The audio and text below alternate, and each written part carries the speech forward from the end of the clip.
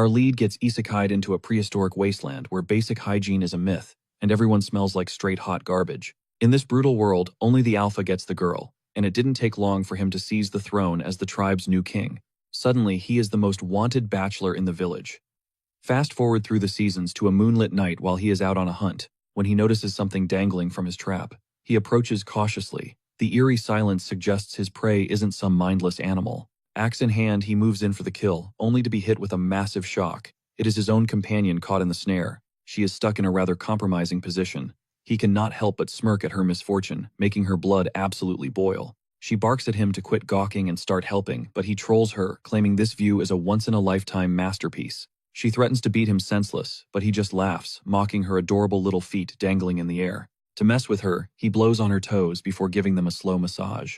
The elf turns scarlet, letting out the most awkward sounds. He is definitely playing with fire now. Her rage peaks as the sounds of her tribe approaching echo through the woods. He cuts her loose before the others catch her in that humiliating state. But let's be real, life as a primitive king wasn't always this chill. Long before he was a lady killer, he was actually being hunted like a common animal by the local tribesmen. Let us rewind to see how this mess started. It all began when he opened his eyes in a world he didn't recognize. As he splashes cold water on his face, he is totally lost. Just 24 hours ago, he was living a completely normal life. He was just another guy shopping in the city. Suddenly, strange whispers fill the air as a group of people close in on him. Their dialect is bizarre, making him think they are just dedicated cosplayers.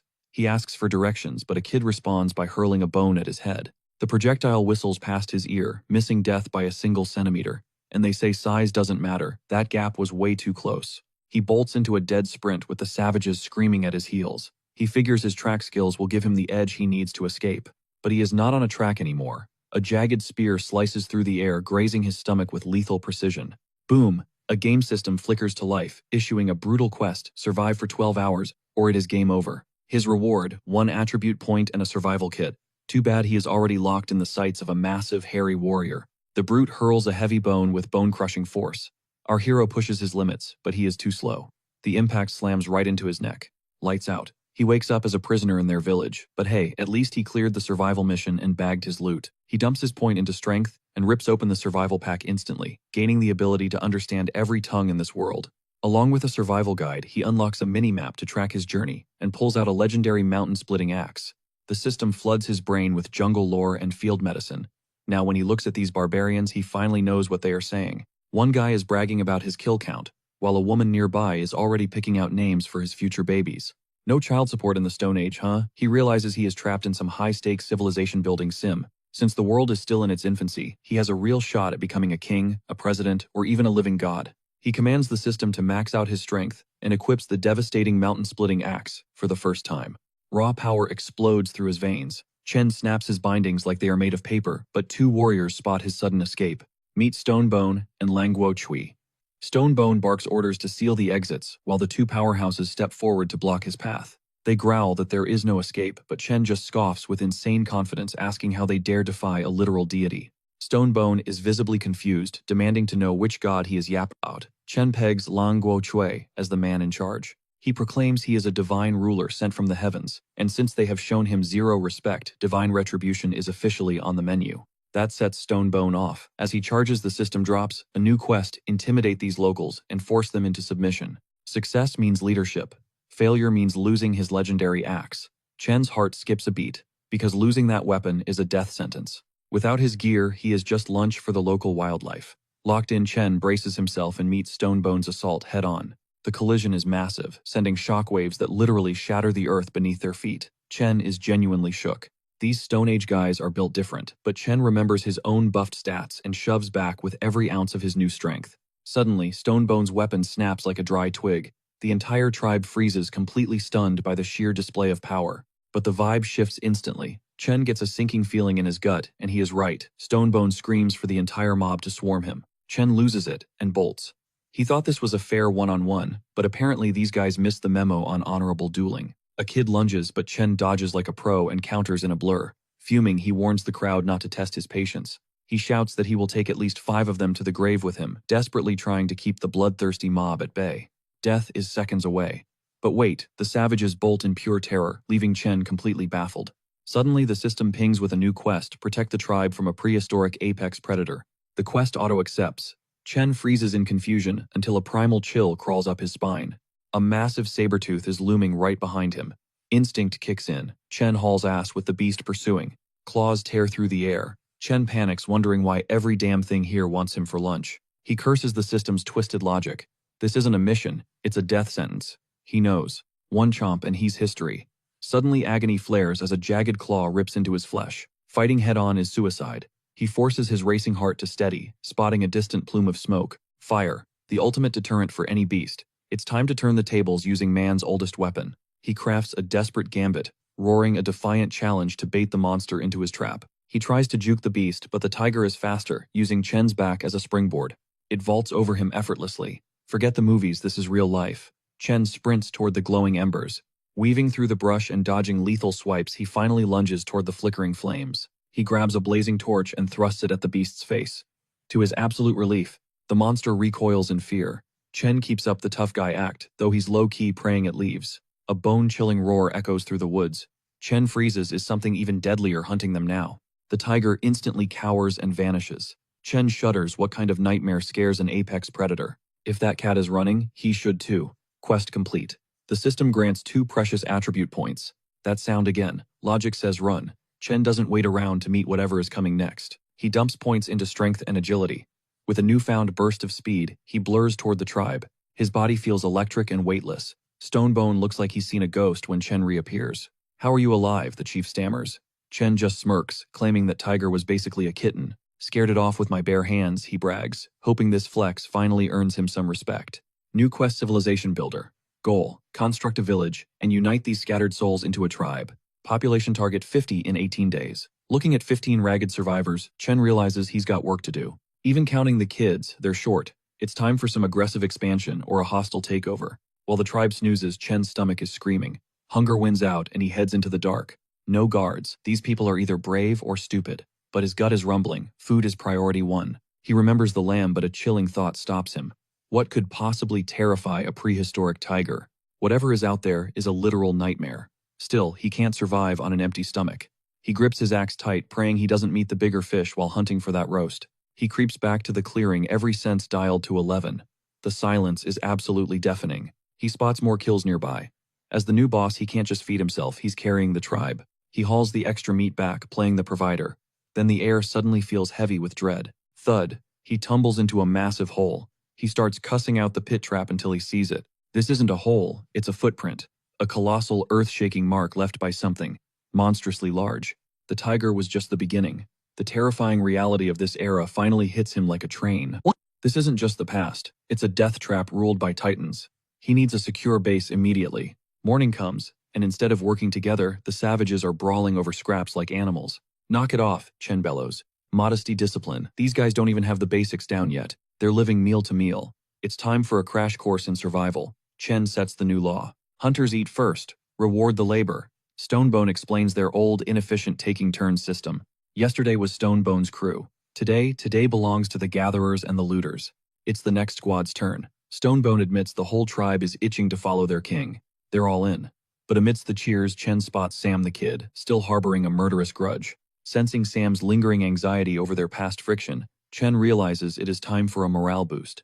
Rallying the tribe, Chen offers a choice: follow him into the unknown to find their ultimate sanctuary. A young girl named Mia tilts her head innocently, questioning the very concept of home. To Chen, it is a fortress where the tribe thrives, roots that nourish and shield their entire lineage.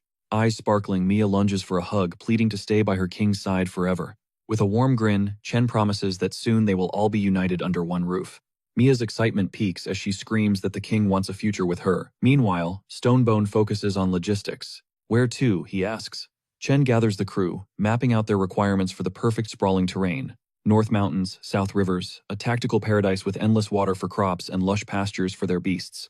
Resources are key, plenty of timber and stone for construction, plus fertile ground for a secure future. Chen aims high, targeting a coastal delta where nutrient-rich soil meets the gateway to the open ocean. Master the waves, check. Sam chimes in, claiming he knows the exact spot. Chen gives the green light. Sam hesitates, warning of a deadly cow herd nearby.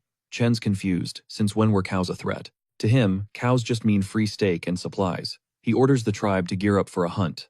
Trekking east, they approach the promised land. Sam double-checks the path, ensuring their safety along the way. Chen pushes the pace, telling them to quit worrying about that saber-toothed tiger. He has got this. If that beast returns, it is toast.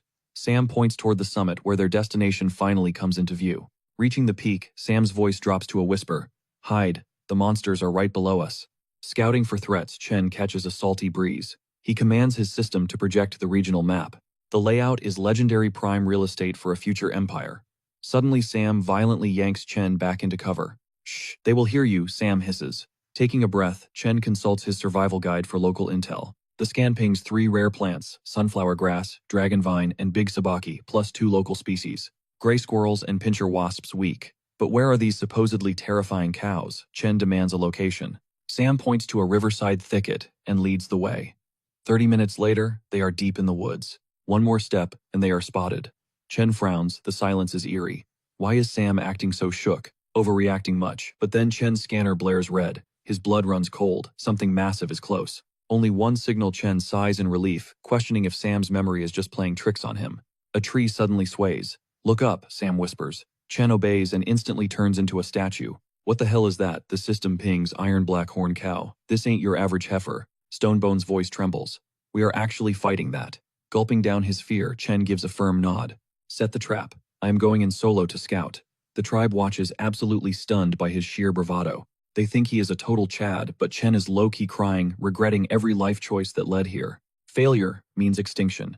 It is time to bet everything on his agility stats. He peeks again, and freezes. The beast's legs are literally bigger than his whole body. Shaking, Chen tries a friendly greeting. Big mistake. The cow's face contorts in pure rage, unleashing a bone-shaking roar that rattles his teeth. Stampede, the whole herd thunders toward him as Chen dives into the river, screaming for his life. From the bushes, the tribe is inspired. They think their king is pulling a legendary 200 IQ bait move. To save them, he would face anything. Meanwhile, Chen leaps off a ledge in desperation, but the ground tremors. What was that? Looking down, he sees a massive cow smashed headfirst into the cliffside. It could not break. Chen's brain sparks. These heavy hitters cannot climb. He finally has a winning strategy. No turning back now. With a pack of furious tanks waiting below, the only way is up. He scales the heights, and upon reaching the peak, the breathtaking scenery nearly stops his heart. This is it. The perfect spot. Right here, he vows to forge the greatest empire in history. The real adventure starts now. Below, Sam watches the cows retreat, frantically searching for any sign of Chen. You think he is Pancake, Stonebone worries, scrambling up a tree to scan for their missing leader. Intending to reclaim the lost weapon, Stonebone scaled the tree only for Chen's axe to whistle through the air and embed itself inches away. Stunned into silence, Stonebone could only stare as Chen ridiculed him for daring to think the king was history. Relief washed over the crew seeing Chen breathing. Curiosity piqued, Stonebone questioned if those bovines were actually that formidable. Chen declared that cow meat was the key to his next power-up, then casually invited the squad to join the feast. Stonebone and Sam weren't feeling it. They claimed the beasts were untouchable, and even a victory wouldn't make that meat appetizing. Chen's patience snapped, demanding they stop overthinking. Terrified by his gaze, they instantly folded and agreed to dig in. The grind began. Chen promised to teach them weapon crafting and elite hunting. In 3 days, those cows were toast. Demonstrating his monstrous output, Chen cleaved a massive tree with a single casual swing, leaving everyone speechless. However, Stonebone stepped up, questioning why he'd waste a perfectly good tree that didn't even provide fruit. Chen explained this was about building an arsenal. He then walked them through the process of carving lethal spears from timber. While working, Chen noticed his tech stats surging. To show off the spear's lethality, he launched one with pinpoint accuracy. The tribe was shook. They'd spent their lives gathering wood, never imagining it could be turned into a weapon of war. Hype erupted as everyone clamored to try. Chen pointed at Stonebone, signaling him to step up to the plate first. As Stonebone struggled, Chen kept the production line moving. Hours later, the entire tribe was grinding their spear skills.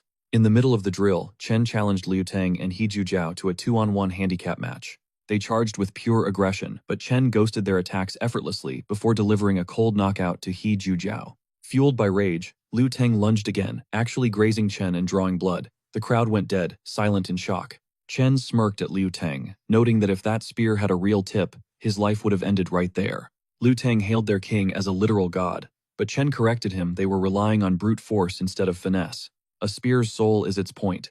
They needed to master precision, driving that sharp edge into the enemy's weakest spot. Next up, target practice. He set up a mark and ordered the squad to start sniping from a distance. Round after round, they missed. Chen started to wonder if his tribe was just built different, and not in a good way. Suddenly, a spear slammed into the bullseye. The entire tribe gasped, shocked that someone actually possessed that main character energy. Chen turned to find Huang Xia standing tall. When asked if it was him, Huang Xia simply wondered if he'd won the prize. Confirming the win, Chen rewarded him with twin spears. Suddenly, a scout scrambled over reporting a beast on the prowl. Chen barked orders to prep for war, secretly thrilled. This wasn't just a threat. It was the ultimate tutorial for his squad. The monster exploded from the brush, roaring in defiance. Chen charged head-on, shouting that dinner was officially served.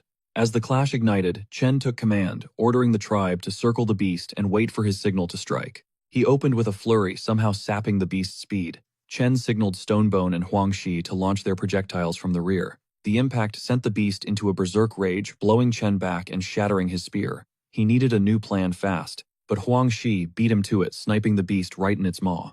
Chen was low-key impressed by that level of accuracy. A rain of wood followed as the tribe opened fire. Above the chaos, Sam watched from the canopy like a silent predator. The beast tried to bolt, but Chen cut off its escape, signaling Sam to deliver the final judgment. Sam plummeted, driving his spear deep into the creature's skull. The beast went full berserk, turning the atmosphere suffocatingly tense. Sam was left wide open, still clinging to his weapon. In a flash, Chen blurred across the battlefield and took flight. His axe descended with a thunderous boom, swallowing the entire clearing in a thick veil of smoke. The tribe screamed in panic. Desperate cries for their king filled the air.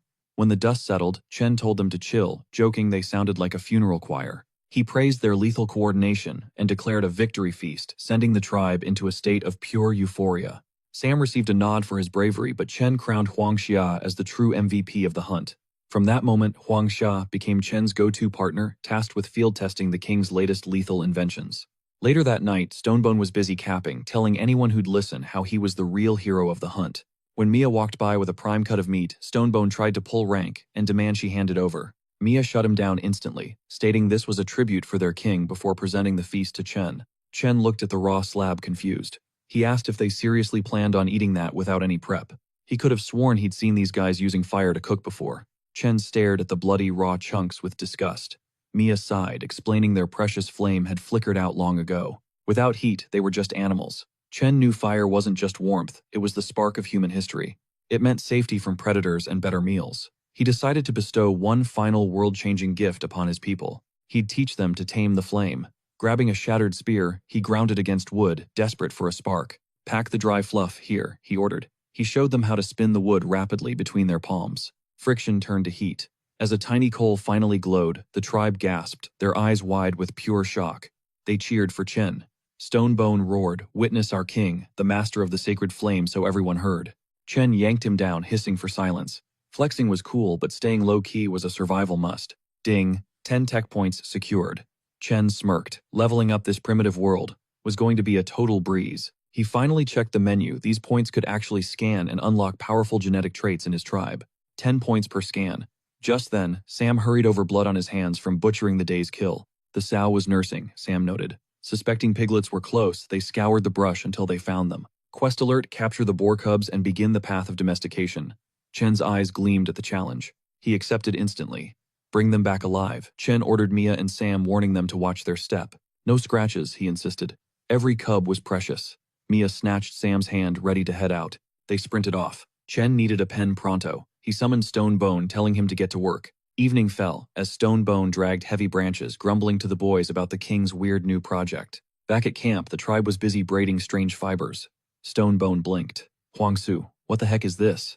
"It's grass rope," Huangsu beamed. Stronger than vines, he began showing him the secret technique of the weave. Smooth it, then twist. Stonebone's brain was lagging, and his frustration was starting to peak. He was totally lost. "Stop lagging and get those branches over here," Chen shouted, snapping him back. Under Chen's direction, they lashed the wood together. 5 sturdy frames began to take shape against the dirt. They dropped the frames into deep pits, binding the tops until they formed a massive secure cage structure. They thatched the roof with straw. Suddenly, the entire tribe charged inside the brand new structure. Everyone brawled for a spot, screaming about bearing the king's heirs. Chen stood there, absolutely mortified. "This isn't for you," he barked.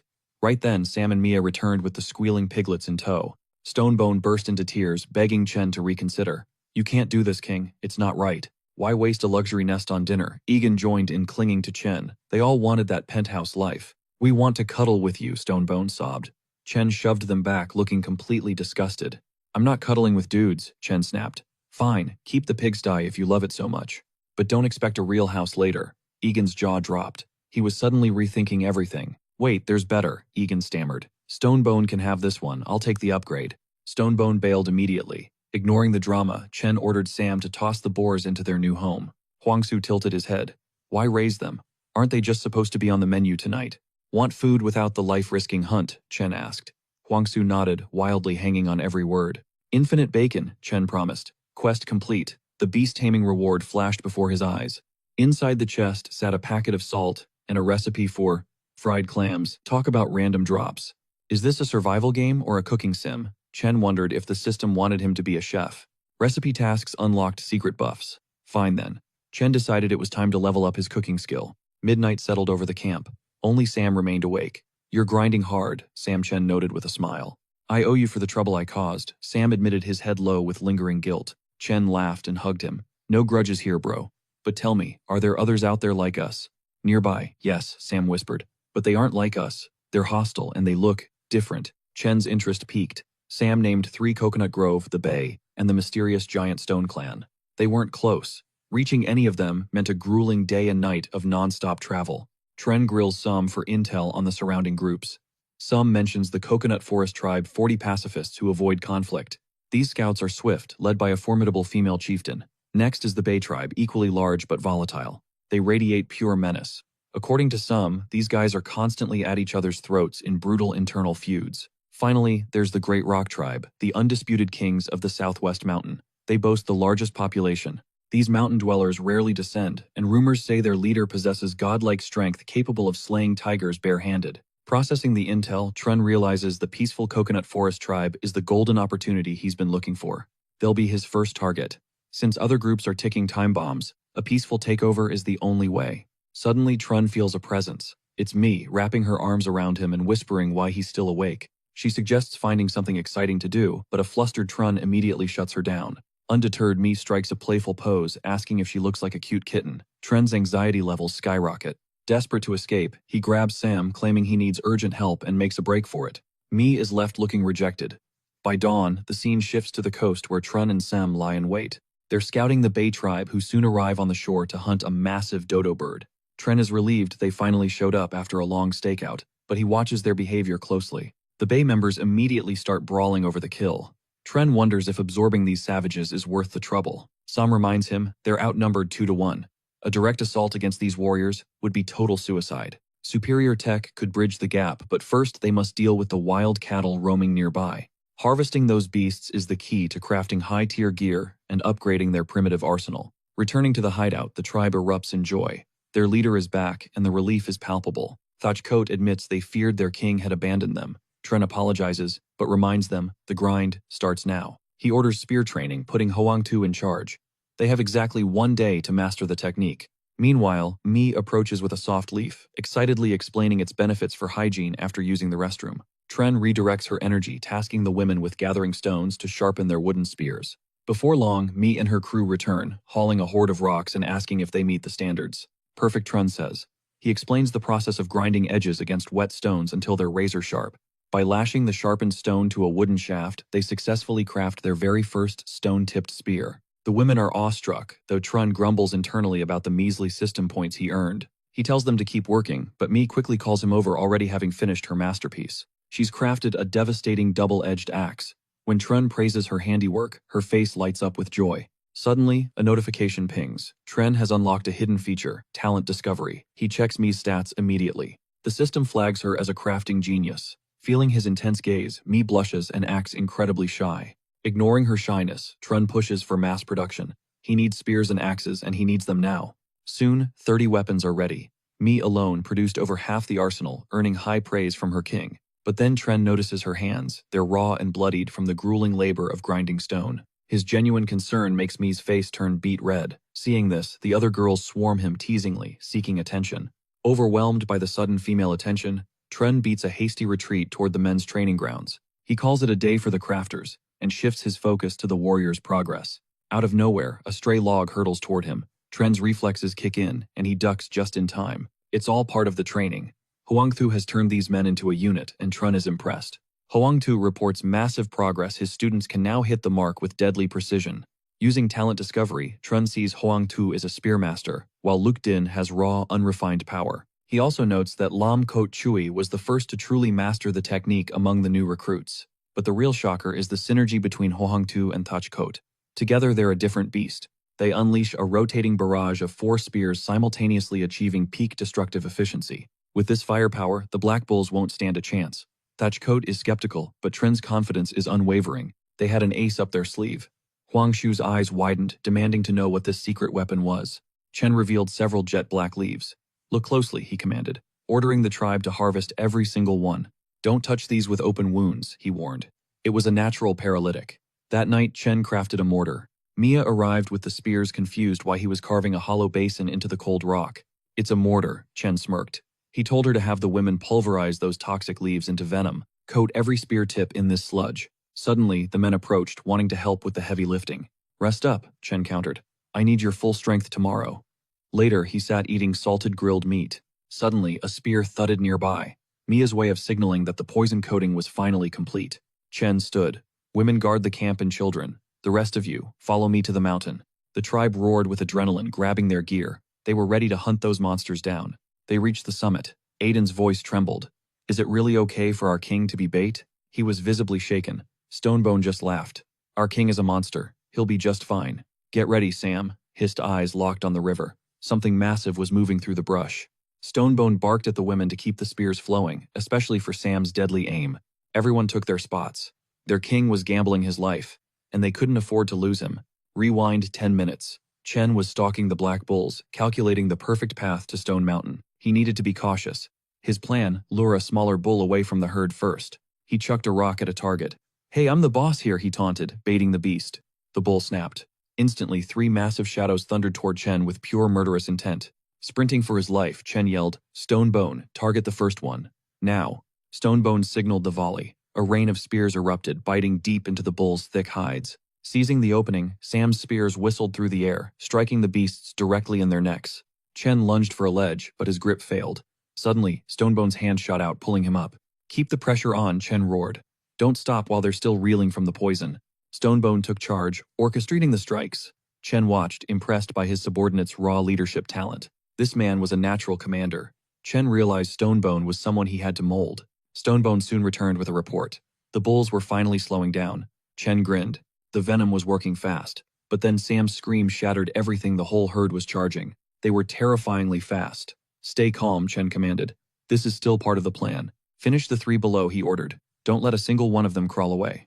The poison was paralyzing them. Aim for their legs, Chen yelled. Keep them grounded. Stonebone signaled the final throw. The 3 titans finally hit the dirt, completely incapacitated. Chen called a halt, but Stonebone disagreed. No time for mercy, we have to kill them. The herd is almost here, Mia checked the inventory. We only have 28 spears left. Sam scanned the horizon. About 20 more bulls, Chen nodded, that's why he had called the halt. Yangshu looked panicked. Are we just going to waste all the effort we spent? Trust the process, Chen countered. He never intended to fight the entire herd head-on. The target was the alpha. Once the king falls, the rest of the herd will scatter. To lure the boss out, they needed bait. Those 3 bulls were their only ticket. He only wanted 1 bull, but the extra 2 had drained their precious spear supply. Then, there Sam pointed. The alpha emerged, a true prehistoric nightmare. It let out a deafening roar. The herd followed, charging the mountain like a battering ram. Had they gone completely insane? But Chen saw the truth. The boss wasn't fighting. It had a much darker plan. The mountain began to crumble. Run, Chen screamed, but Mia was trapped in the collapse. She plummeted as the cliffside shattered. Chen dove after her without a second thought, barking for Aegon to follow. Heizhu Jiao and Lang Guchui joined the fray immediately. It was time for a desperate final stand. Heizhu Jiao wanted to charge the herd, but Aegon shut him down. Don't be reckless. Wait for the chief's signal. Chen's nerves were fried. He realized the king bull had sniffed out his trap. That monster's intelligence was terrifying. Stonebone ordered a rescue mission for the leader, but Chen's roar stopped the tribesmen dead in their tracks. Hold the high ground, rain spears down, Chen screamed before swinging his massive axe into the first beast. The tribe fought in perfect sync with spears and stone. They struck and parried in lethal, rhythmic waves. Blood painted the soil as the herd buckled. Stonebone saw the opening and rallied those above to strike. Spears fell like lethal rain. Several beasts collapsed, then the alpha let out a command that halted the carnage. The herd retreated, shocking Chen. Was the king bull clearing the field for a one-on-one duel to the death? Rain lashed down as the alpha stepped forth. It took a massive breath and unleashed a literal sea of fire. Scattered Chen screamed. The firestorm was nuclear, carving a massive crater right into the mountainside. A path opened through the rock. The tribe froze in terror. Was that a roar or a sonic bomb? Their spirits shattered instantly. Chen acted fast, ordering Agon to escort Mia and the civilians north immediately. He would be the bait.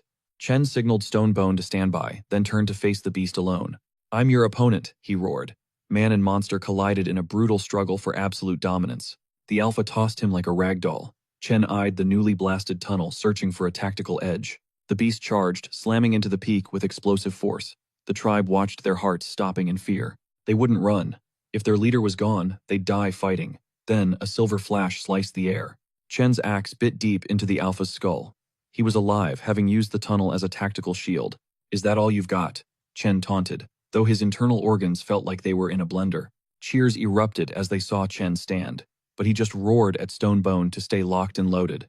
Agon and Hei Jujiao drew its fire, creating a window for Chen to deliver a lethal backstab.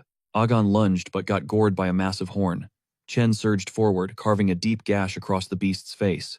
Agon was freed. The Alpha spat more fire, but they dodged, and Chen landed a perfect crushing blow. A massive opening appeared. Chen screamed for Stonebone and Sam to drive their spears into the gap. The spears found their mark. The King Bull wobbled, then crashed. Was the nightmare finally over? Joy filled the air, but Chen felt a chill. The rest of the herd wasn't moving. They were waiting. Suddenly, the Alpha roared back to life, lunging at Chen with a point-blank incinerating blast. Stonebone watched in horror. Chen cursed his own stupidity. He'd let his guard down for one fatal second. The beast ripped the spear from its flesh and launched it at Chen like a cruise missile. Broken and exhausted, Chen accepted his fate. But then the unthinkable happened right before his eyes. Mia dove into the spear's path. Time stopped. A lifetime of memories with her flashed in a heartbeat. Primal fury exploded within Chen. The system screamed about critical body overload, but he didn't care. He launched himself at the beast, his blade descending like divine judgment, splitting the Alpha perfectly in two. The monster lay in pieces. Blinded by rage, Chen turned his blood-soaked gaze toward the remaining herd. Who's next? He challenged every last beast. With one terrifying step forward, the herd's courage shattered, and they fled. They retreated in panic. As the dust settled, the system's red warnings began blaring in Chen's mind. Critical health. He hacked up blood, the world fading to black as he collapsed into the dirt. His vision blurred. Get the ointment. For Mia, he wheezed before the darkness finally claimed him. Days crawled by before Chen finally drifted back to consciousness, inside a rustic, quiet shed. He saw Ayu waiting. His first thought, is this the pig pen I designed? Ayu shook her head. After the battle, the tribe moved here and built this sanctuary just for him. Rest, she urged, eager to announce his recovery. But Chen grabbed her arm. Mia Langu Chui. Are they okay? Ayu smiled. Langu Chui cheated death and has been guarding your door like a loyal shadow ever since. Mia's wounds were grave, but the king's miracle elixir pulled her back from the brink. With enough rest, she'd pull through. The others were safe too. Relief washed over Chen until Ayu dropped a bombshell. 4 days had passed. The world blurred. 4 days. Chen scrambled to check the system, and his heart sank. The calendar didn't lie. Nearly half his time had evaporated, leaving a mere 11 days to clear the mission. Ayu watched him baffled. As her king stared into the void, paralyzed by thought, he struggled to rise, but his body betrayed him. Pushing through the pain, Chen barked an order to fetch Stonebone immediately. Ayu obeyed, rushing into the sunlight. Alone in the silence, Chen knew they were sitting ducks. If word of his weakness leaked, they were finished. Their entire future rested on a knife's edge. They needed fortifications, a perimeter fence, and they needed it yesterday. Proper walls would come later, but for now, they needed a shield. When Stonebone arrived, Chen kept him at a distance. In a low, urgent whisper, he laid out a top-secret directive. Without a word, Stonebone vanished to execute the task. Yet the paranoia lingered. One slip-up would be fatal. This time, his grand strategy had to be absolute perfection. Turning to Lang Gu Chu, Chen revealed a new mission. The warrior listened intently as the king issued a chilling command. Harvest the Black Bull King. He needed the bones and an unblemished hide. Then came the real shocker. Chen handed over his personal weapon. Once they cleared out, Ayu begged him to rest, but the king wasn't finished. He beckoned her closer for a private council. As the door closed, the atmosphere grew heavy with secrets. Chen revealed the high-stakes role he had envisioned only for her. Without hesitation, Ayu's loyalty flared. But then she started shedding her clothes, misreading the vibe entirely. A panicked Chen shouted for her to cover up. Flushed with embarrassment, Ayu listened as Chen explained the real play. He needed her to be the lead in a grand deception. They were going to negotiate with the Coconut Grove clan, or rather manipulate them into swearing fealty to his throne. Ayu hesitated. Could they really force a massive clan like that to bend the knee? The risk was staggering. That's the point, Chen countered. They had to flex their supposed might and corner the Coconut Grove into submission. He chose Ayu for two tactical reasons. First, the tribe was a matriarchy. A woman's voice would carry more weight. Second, she was the only one who knew his secret, that his ultimate attack had left him a hollow shell. The medicine only bought him time. He was still critically injured. Ayu smirked as the realization hit her.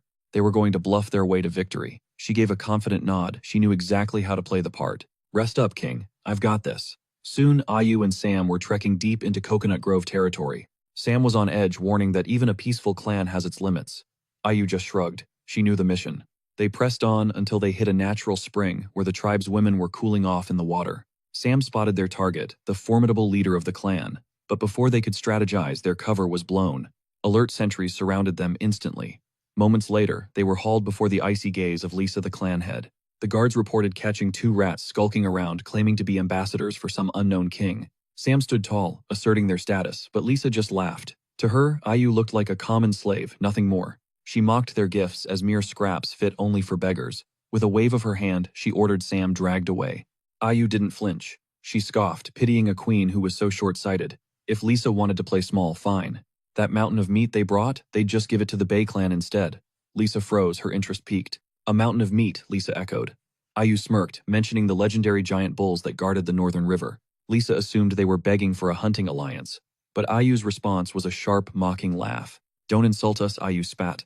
The bulls are dead and that territory, it belongs to our king now. A shockwave of whispers hit the crowd. Liars. That herd had nearly trampled their entire tribe into the dirt once. Lisa stood, her aura darkening. She asked Ayu if she knew the gruesome fate that awaited liars in her presence. Ayu stared her down. The alpha bull fell like a toy before my king.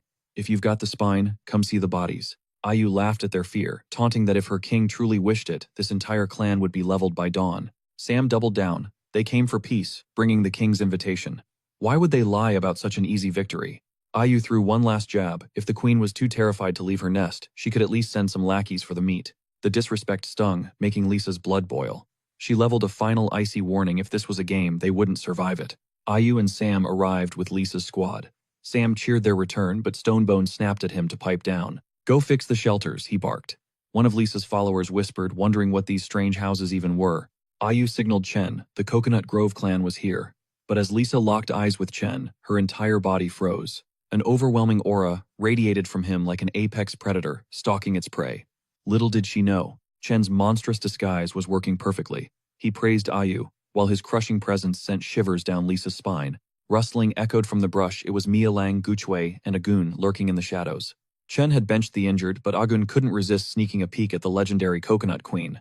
Chen formally welcomed Lisa's clan, acknowledging the long journey they'd made to his domain. Where's the tribute? One girl demanded. Chen remained stone-faced, pointing toward a nearby clearing. Take your fill, he offered. But reaching the spot, they gasped. A literal mountain of meat awaited them. Heiju Jun and Lutang were already butchering the kill. They warned a greedy girl that this hide was iron tough. She tried hacking it with a branch only for the wood to shatter. The boys erupted in mocking laughter. Laugh all you want, she hissed, claiming they only scored the kill because the herd was panicked. You want a piece of me, Heiju Jun barked. Suddenly, Chen's massive axe slammed into the earth between them. The girls recoiled in pure terror. Chen had ended the spat with one throw. Even Lisa looked visibly shaken. What kind of god-tier weapon is that, she wondered. It outclassed their primitive bone knives by light years. Chen ordered her to use his Pangu axe to carve the meat.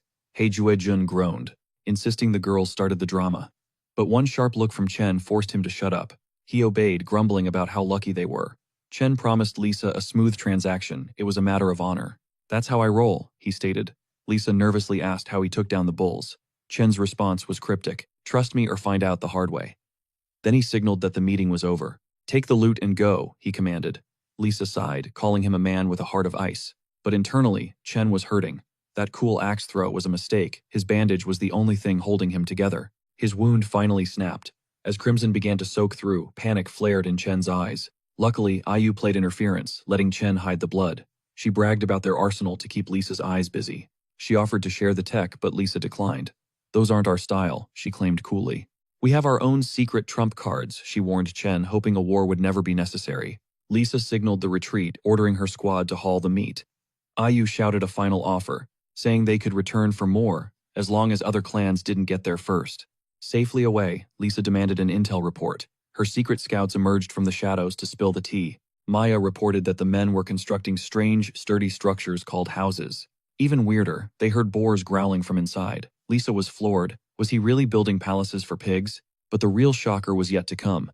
They've mastered a terrifying power, Maya whispered. The power of the fire god. Lisa scoffed at the impossibility, but Maya swore they saw flames birthed from nothing. They used this magic to cook. Maya hesitated, but one look from Lisa forced her to continue. Their numbers are tiny, barely 10 people, mostly kids and elders, Maya revealed. Yet she suspected a hidden army. Lisa snapped, demanding to know why they hadn't gathered more intel. The clearing is too open, Maya explained. Any closer, and they'd have been spotted instantly. Lisa seemed to accept the excuse, then suddenly lashed out with her whip, in a blur of violence. No more excuses, she hissed. Maya trembled, thanking her queen for the merciful strike. Back at base, Chen finally let his guard down. He confessed to Ayu that the bullfight had wrecked him. He praised her silver tongue for the distraction. But then Ayu leaned in with a playful smirk. So, do you like me better than that? Queen Chen's face went red as he stammered for an answer. He quickly changed the subject, ordering the men back to help him heal, while Lang Guchui stood guard. I need total rest, he muttered. Ayu nodded, adding, You looked pretty badass today, though. Chen's blush deepened. Sam suddenly arrived, praising Chen's genius. Meanwhile, the Coconut Grove clan scouts were lurking exactly where he'd predicted. Chen immediately pivoted, asking about the secret mission. Sam grinned. It was done. The rivals only saw what Chen allowed, staying totally oblivious. Chen gave a rare nod of approval, sending a hyped Sam off to construction duty. Once they were alone, Ayu questioned if their rivals would really join them peacefully. Chen stayed cryptic. The opening gambit was only starting. Their next move would trigger everything. Phase 2 was imminent. Retiring to his shack, Chen began auditing his dwindling survival resources. With only 11 days left, and wounds far from healed, he summoned the system's inventory. The stash was pathetic, just salt, and one last healing tube. But then, he saw it. His basic tool had evolved into the legendary Axe of Pangu. Chen froze in shock. He'd been so distracted that the transformation went unnoticed during the morning's chaotic chores. The spear's new requirement flashed blood sacrifice. It must have awakened during his brutal clash. This world creation skill demanded god-tier timing, 1 second off, and the entire play crumbles. Were his other blades hiding secret stats too? He shook it off. Overthinking was dangerous. Every weapon followed its own destiny. Shifting gears, he did a sweep of his remaining gear. The healing ointment was down to its final drop. He had to save it for survival. Without it, he'd be hunting solo with just his axe. Plus, their stolen meat was vanishing. They had 48 hours of food left. Low on options, Chen signaled for Sam's return. The grind never stops. When Sam appeared, Chen asked, Remember those massive black bulls? He gave a direct order, locate that herd within 2 days. Sam vanished into the brush. Sam's promise echoed as he sprinted off. Seeing the hustle, Chen knew he couldn't slack. It was time to craft peace offerings. While Sam tracked beasts, Chen started his project. 2 days vanished. With the deadline looming, the system pinged he'd racked up massive points. He'd forged new spearheads, a bone whistle, and a canteen. The whistle was for stone bone. It was a game changer for tactical coordination. Meanwhile, those stone tips turned sticks into weapons. Safety first in case the neighbors chose violence. As for the horn flask, that was for Sam. Ayu burst in with the update the shelters were complete. Chen stood eager to inspect. Stonebone beamed with pride, showcasing their new primitive mansion. Tell me this isn't cool. It wasn't exactly 5-star, but Chen gave the thumbs up. The tribe erupted in celebration. No more cramped cages or sleeping in dirt. But while they partied, Chen was plotting. Despite the progress, he felt the pressure. Stonebone finished the structure, triggering a notification. 10 points banked. Gazing at the settlement, Chen realized how much they had evolved. They started as literal savages, governed by instinct. Now, things were finally looking different. Their crude ways were fading, replaced by sharp focus. Evolution was taking root right now. Was the system fast-tracking human development? He ordered the guards to alert him when Sam returned. Back at the shack, the wait was short. Sam came barreling in, screaming, Found them! Good work. Chen's eyes sharpened. It was time for Phase 2. Follow me, everyone. He pulled Stonebone into a huddle. Minutes later, the master plan was laid bare. Any questions? Stonebone hesitated, the weight of the gamble clearly getting to him. Sam clapped his back. He had it covered. Stonebone's only job was to lead. Handing over the bone whistle, Chen explained its value.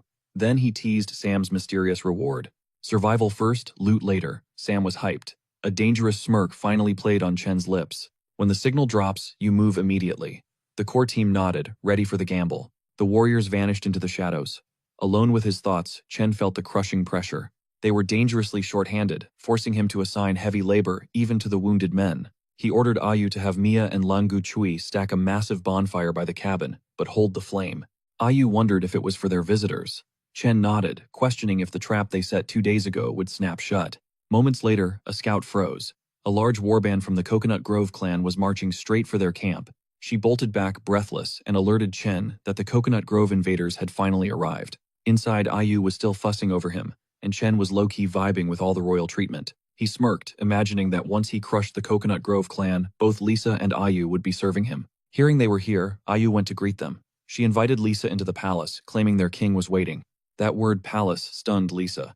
How did these people turn a trashy shed into a wooden house so fast? She scanned the area, her mind reeling at how quickly Chen's tribe was evolving before her eyes. Lisa flashed a sharp smile and asked if her king was too chicken to face them in person. She claimed they didn't want drama, but they'd be taking a massive meat tax as compensation for their trouble. She added that her crew wanted to see the neighbors, hoping they wouldn't scare the life out of Chen's people. Ayu laughed it off. His Majesty already prepped 40 portions of meat. Feel free to take the loot. Though Ayu teased, glancing at their ranks, it doesn't look like you even brought 40 people today. Lisa narrowed her eyes. Why waste your loyalty here, Ayu? Join Coconut Grove. I have a spot right beside me. Ayu bowed politely. Thanks, but my king's strength already won my heart. I'm staying right here. She led them to the storehouse, telling them to feast until they were stuffed if they couldn't carry it all. She even suggested that if the butchering was too hard, their warriors could handle the heavy lifting for them. Lisa told her girls to eat and stay sharp while she confronted Chen. He greeted her with total chill. Seeing Chen in such a classy setup made Lisa's face heat up. She played it cool, admitting the place looked decent. Chen caught her checking out the decor and decided to flex, hoping to take the wow factor even higher. This just a temporary tent, he shrugged. Once the real palace is finished, the tribes can have this old thing. Lisa stood there stunned. You're actually going to let your people live in a place like this, she stammered. Chen admitted it was basic for now, promising stone villas later. Then without warning, Lisa's whip lashed out. She bound him tight, pulling him close. The tension was thick as Chen hissed. What's the play here? Lisa smirked inches from his face. I know men, Chen. And I know exactly how to make you surrender those secrets. She wondered if he'd break. Chen was low-key enjoying the intensity, but he kept his poker face and laughed. You really think a little rope forces my hand? Do you think I don't have a plan B? He challenged. Inside, he was panicking. He had zero backup. He was injured, outmatched, and losing control of the situation fast. To his massive relief, Ayu burst in announcing that the feast was finally ready for the guests. But when Ayu saw their intimate position, she froze. King, you shouldn't be doing that, she blurted out. Lisa withdrew the whip. Chen cleared his throat, saying it was time to grill.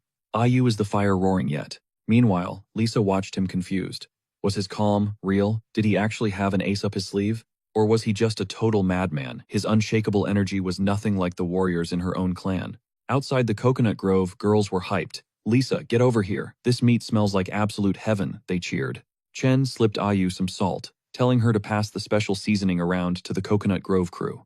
Ayu told everyone to sprinkle a bit of gone, Lisa snapped. What exactly are you putting on our food? Too scared to eat. Fine, leave it, Ayu fired back. But the other girls were already raving about the flavor. Chen grinned. Let them eat. Every bite bought Sam and Stonebone more time to finish the real mission. The scene shifted to Stonebone and his crew lurking near the Black Bulls. The ambush was set. Liu Tang whispered, Why hunt more bulls? We're loaded with meat. Stonebone just told him to shut up. Stop asking, and follow orders, he hissed. Then Huang Shu's signal flashed. Spears flew, striking the herd. The bulls went wild. Stonebone shouted to Sam, They're charging your way. Sam smirked and dropped from his branch. He drove his spear deep into a bull's neck. Gotcha, this beast is mine, he roared through the chaos. The bleeding bull thrashed in a blind rage. Sam gritted his teeth, holding on. He had to handle this. From afar, Huangsu spotted the herd veering east. Stonebone signaled Sam, who realized they'd lost the trail. He yanked the bull right, forcing a westward stampede. Meanwhile, the scene shifts back to Chen's hideout, where the Coconut Grove maidens feasted in peace. Amidst the laughter, Chen waited for his cue. Suddenly, a Coconut Grove sentry bolted toward the den. Spotting her frantic state, Lisa demanded an explanation. Weeping, the girl choked out that crazed black bulls had invaded, smashing everything in their path, and their guards were helpless. Lisa leaped up, commanding an immediate retreat to their home base, vowing those beasts would pay. Yet deep down, she was visibly rattled. They'd always avoided the black bulls, so why this sudden aggression? At the camp, the girls struggled. Their slingshots did nothing but annoy the monsters, forcing the warriors into a desperate melee to rescue their trapped sisters. But as one warrior dove in, a bull nearly gored her again. Suddenly, Lisa appeared, her whip, lashing out to snare the beast's leg. Hope flared in everyone's eyes. Lisa roared at the monsters for harming her kin. She floored one, but the nightmare wasn't over. It scrambled up and charged, launching Lisa through the air while her whip flew from her grasp. Chen swept in, catching her mid-air.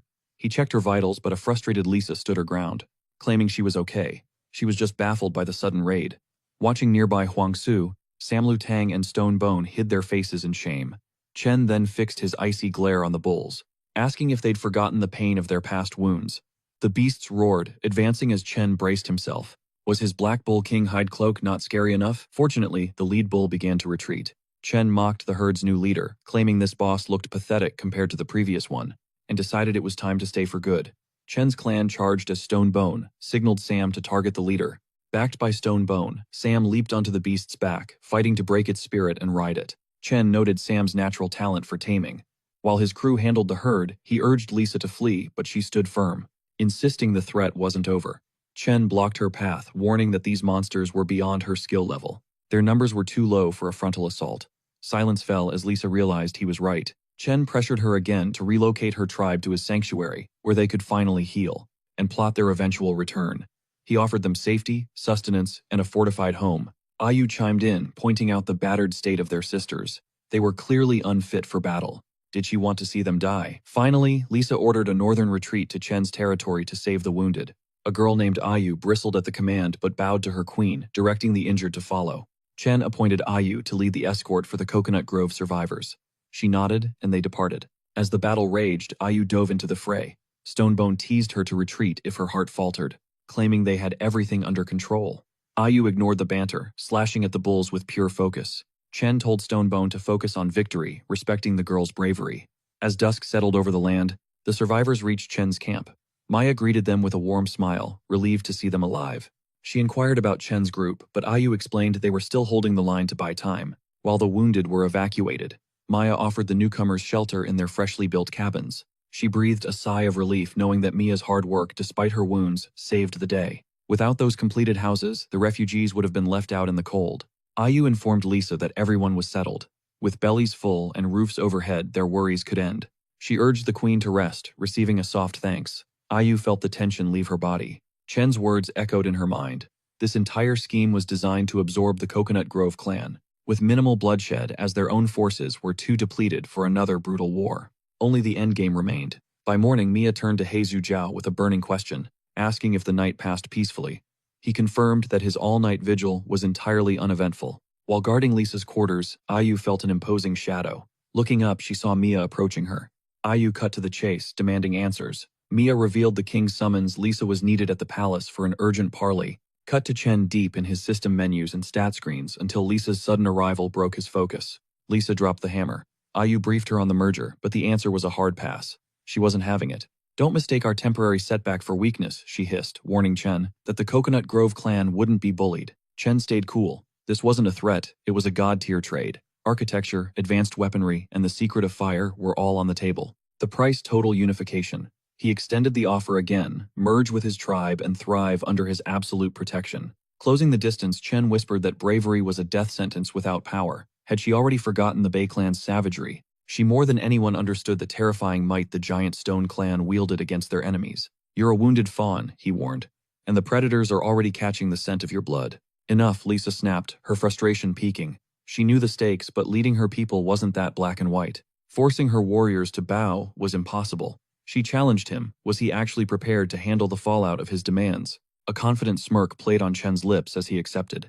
Stepping outside, he faced the assembled Coconut Grove warriors. Since their queen was too injured to duel, Chen declared he'd bench himself too, keeping the battlefield level. He tapped Stonebone to sub in. The brute let out a booming laugh, taunting anyone brave enough to step up. Ayun didn't hesitate stepping into the ring. Stonebone grinned wickedly, telling her to try not to break too easily. Watch my eagle strike, she barked. The duel exploded into motion as Ayun launched a lethal bone knife straight at him. His laughter died instantly. If he sidestepped the blade, Chen standing directly behind him would be the one catching the steel. Stonebone parried with his axe, but a follow-up knife bypassed his guard, sparks flying as it grazed his helmet. The scratch was minor, but his ego was bruised. Roaring in fury, Stonebone charged like a juggernaut. Ayun was reeling until a rogue Coconut Grove girl intervened, hurling a projectile that slammed into Stonebone's visor. Seizing the opening, Ayun swept his legs. Stonebone crashed down, howling about the blatant ambush and the rigged duel. But Ayun wasn't done. She lunged from the dirt knife aimed at Chen's throat. Chen didn't even blink. His ace in the hole. Huang. She was watching. From the palace rooftop, a spear whistled through the air toward Ayun. The impact sent Ayun sprawling. Instantly, her sisters swarmed her, their screams of rage directed squarely at Chen. Cheater, traitor, they screamed, claiming the whole summit was a setup. Both warriors tensed, ready for a bloodbath. Tensions hit a boiling point. The girls pleaded for Lisa's command, boasting they could massacre everyone in the vicinity. Chen's nerves frayed. This assassination attempt was a wild card. Were they trying to bait him into an all-out war? If Lisa was behind this treachery, he'd have no choice. He'd use the queen herself as a human shield. Shockingly, Lisa's voice cut through the chaos. "Stop this at once," she bellowed, shaming them for their transparent, cowardly tactics. She wouldn't stand by while the very allies who saved them were stabbed in the back like this. She'd forego a witch hunt for the conspirators, but the verdict was final. They had lost the duel. Turning to Chen, she explained that Ayun was the beating heart and soul of the Coconut Grove's loyalty. Ayun only abandoned her pride because she feared for her queen. Lisa acknowledged Chen's almost supernatural prowess. His skills were godlike, so she begged for mercy. Could he find it in his heart to spare Ayun? In exchange, he'd earn their eternal gratitude. Chen kept a poker face, but inside he breathed a massive sigh. Crisis averted. He was back in the driver's seat with total leverage over the situation. Remembering his healing ointment, he reassured Lisa. Death wouldn't be claiming Ayun today. "We're brothers in arms now," he said.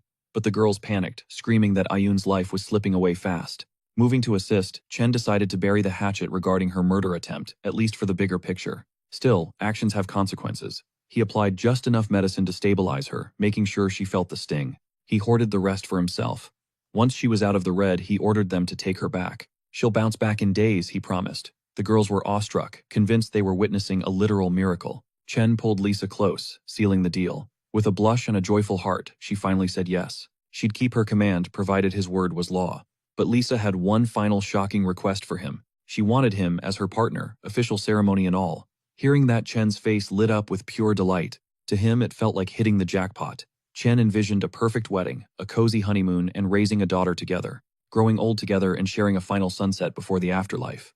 But noticing Chen's weird facial expressions, Lisa nervously questioned him. Was he backing out? Chen instantly reassured her he was all in for the ceremony, and swept her into a fierce embrace.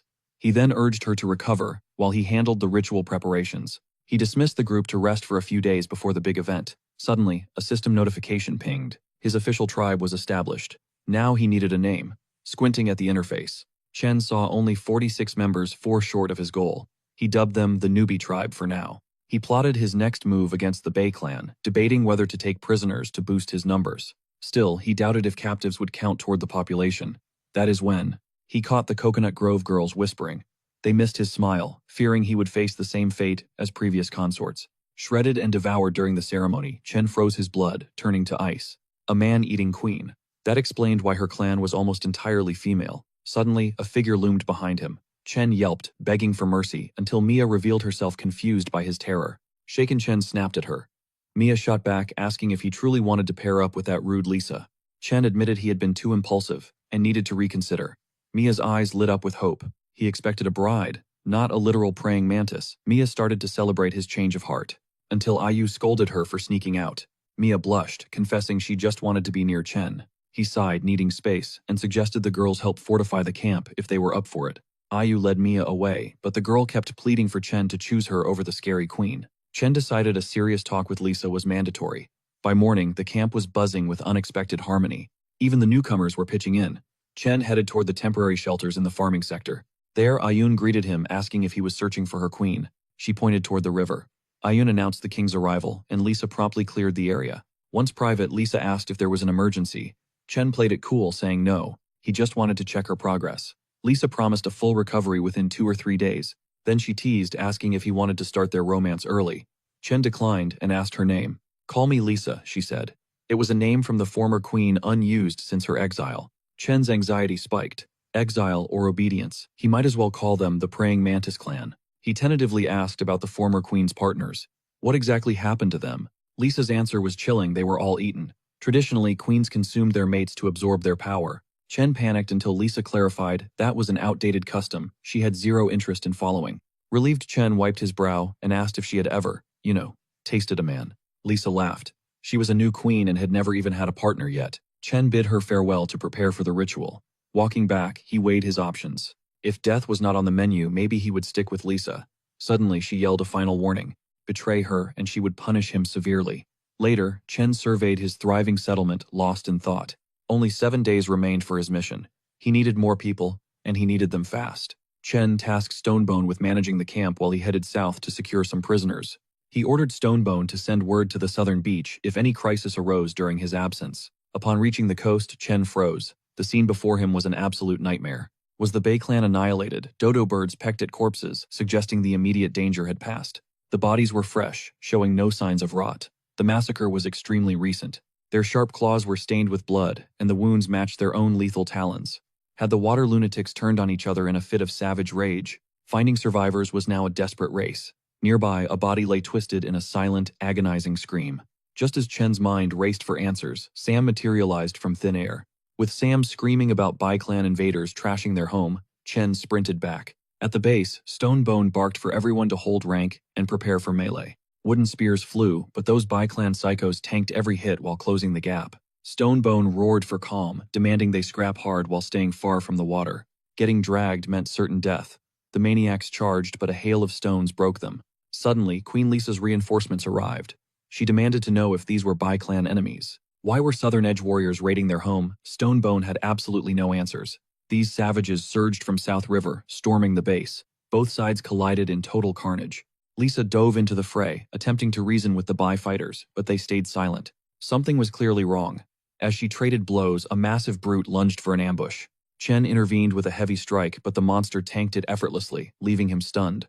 2 more tried to jump Chen, but Huang Shuai and Lan Guokui intercepted with fury. Dropping them cold, they warned the Bai clan they'd have to go through them first. Chen barked approval, ordering them to clear the mobs while asking Lisa to cover his people. He needed total focus for this beast. Lisa agreed instantly and charged into the mess. Chen trusted his crew while he faced the big guy, admitting he knew nothing of their beef. Whatever broke the Bai clan wasn't their fault.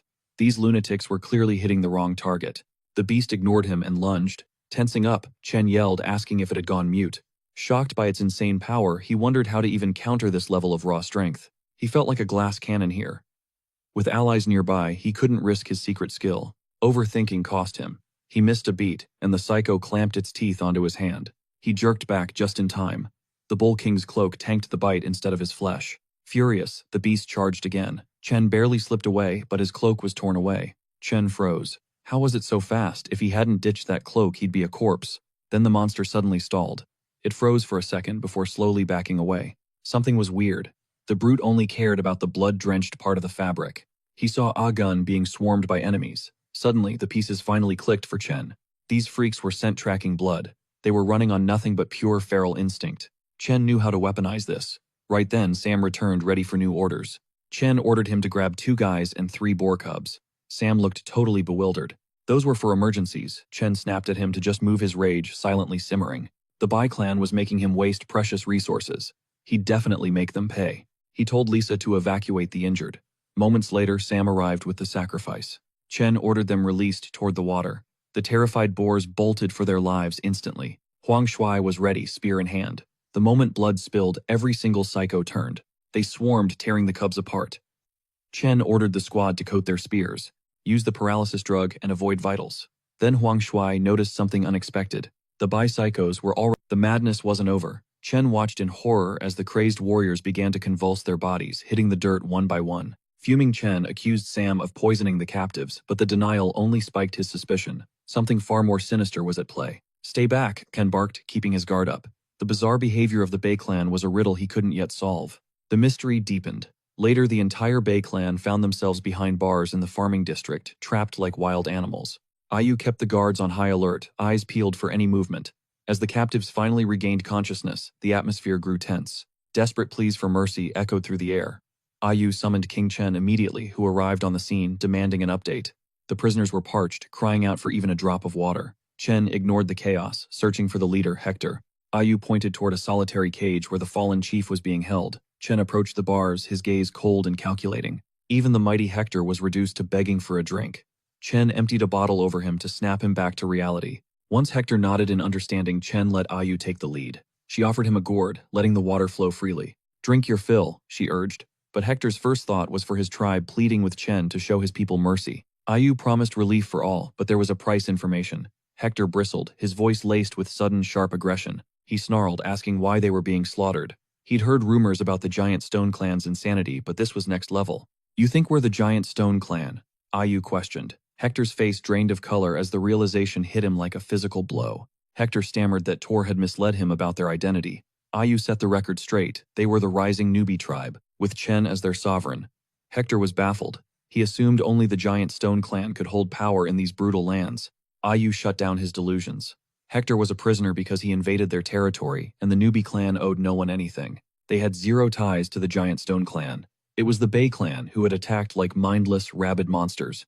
Hector's mind was a blank slate regarding the assault. Sensing a gap, Ayu pressed him to recount his very last clear memory. He recalled their peaceful days at Southfish filled with tribal games. Everything changed when a terrified child came screaming for help. The boy wailed about a stolen dodo bird. Hector initially brushed it off, telling the kid to toughen up and reclaim his prize. He assumed it was just local bullies, but the child's eyes were wide with terror. It was the freaks, the boy sobbed. Hector looked up to see the Giant Stone Clan encroaching. He roared, demanding to know why these invaders dared step on his soil. Their leader offered no words, only a cold command to kill. Hector stood frozen as a sudden brutal ambush shattered the peace. The motive remained a mystery. Hector was bludgeoned into darkness only to wake up staring at the newbie tribe's cage bars. Chen dropped a bombshell. He had seen the aftermath at Hector's village. There were no survivors left behind those scorched walls. Only the prisoners here remained.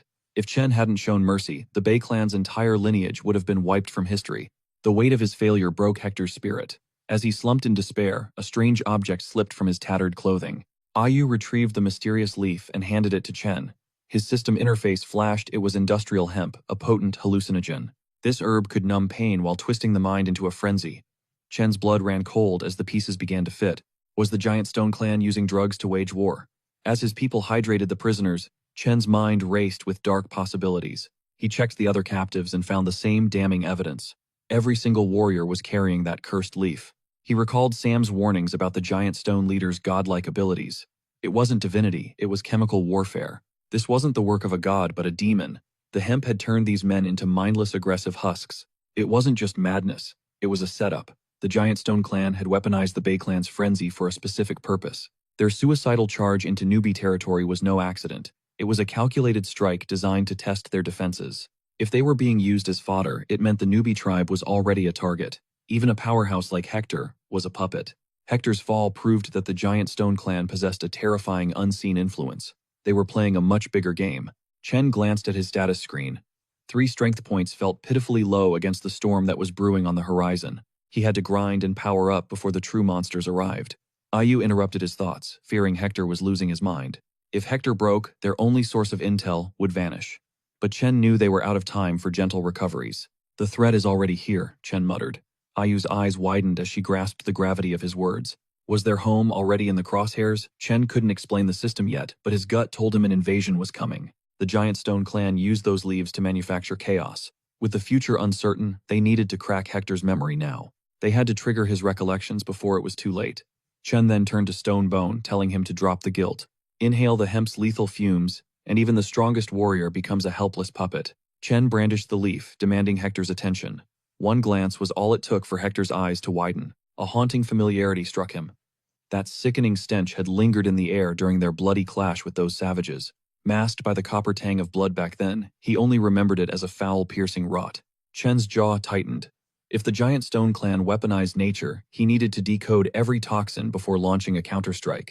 Hector questioned if King Chen truly planned to hunt the giants. The Bay Clan demanded blood. Failure to avenge his fallen kin would haunt Hector's soul until his dying breath.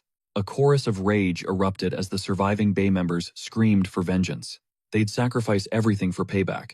Chen noted his main quest was nearly filled. Only a few slots remained. Just 4 more recruits to go. Suddenly, Hector interrupted, offering a unique tactical advantage. Their superhuman senses could sniff out and track those lethal plants, a massive win for Chen's intel. But that's a double-edged sword. Their hypersensitivity to the smell of slaughter was a liability. If the Bay Clan snapped again, it would be a total bloodbath. Hector roared that without the toxic fog, they were masters of their own minds. With clear heads, they'd be unstoppable. Chen agreed the Giant Stone Clan was the true cancer here. But what if the smoke returned mid-battle? Hector's voice turned somber. They'd have no choice but to retreat. They wouldn't risk another massacre. Chen cautioned that while revenge tastes sweet, raw fury won't win this war. He warned that Tor might object. Hector countered firmly. They were the final remnants of a dying lineage. Secure their vengeance and their lives belonged to Chen. Chen offered a deal, swear eternal loyalty to the newbie clan. Do that and their enemies were as good as dead. But he set one cold, hard condition. Not everyone gets a front row seat to the slaughter. Chen stared Hector down, waiting for his answer. The Bei clan roared their acceptance in unison. Just as Chen turned to depart, Hector's voice rang out. Chen got the message. He ordered Ayu and Ayun to break the chains. They were brothers in arms now. Ding, mission complete. The system showered him with 3 attribute points, a massive supply crate, and a rare heritage plaque. For beating the clock in under 7 days, he scored a bonus gift. Finally, the pressure evaporated. He dumped every point into raw strength. Instantly, an explosive tidal wave of power rocked his entire being. Primal energy surged through his veins.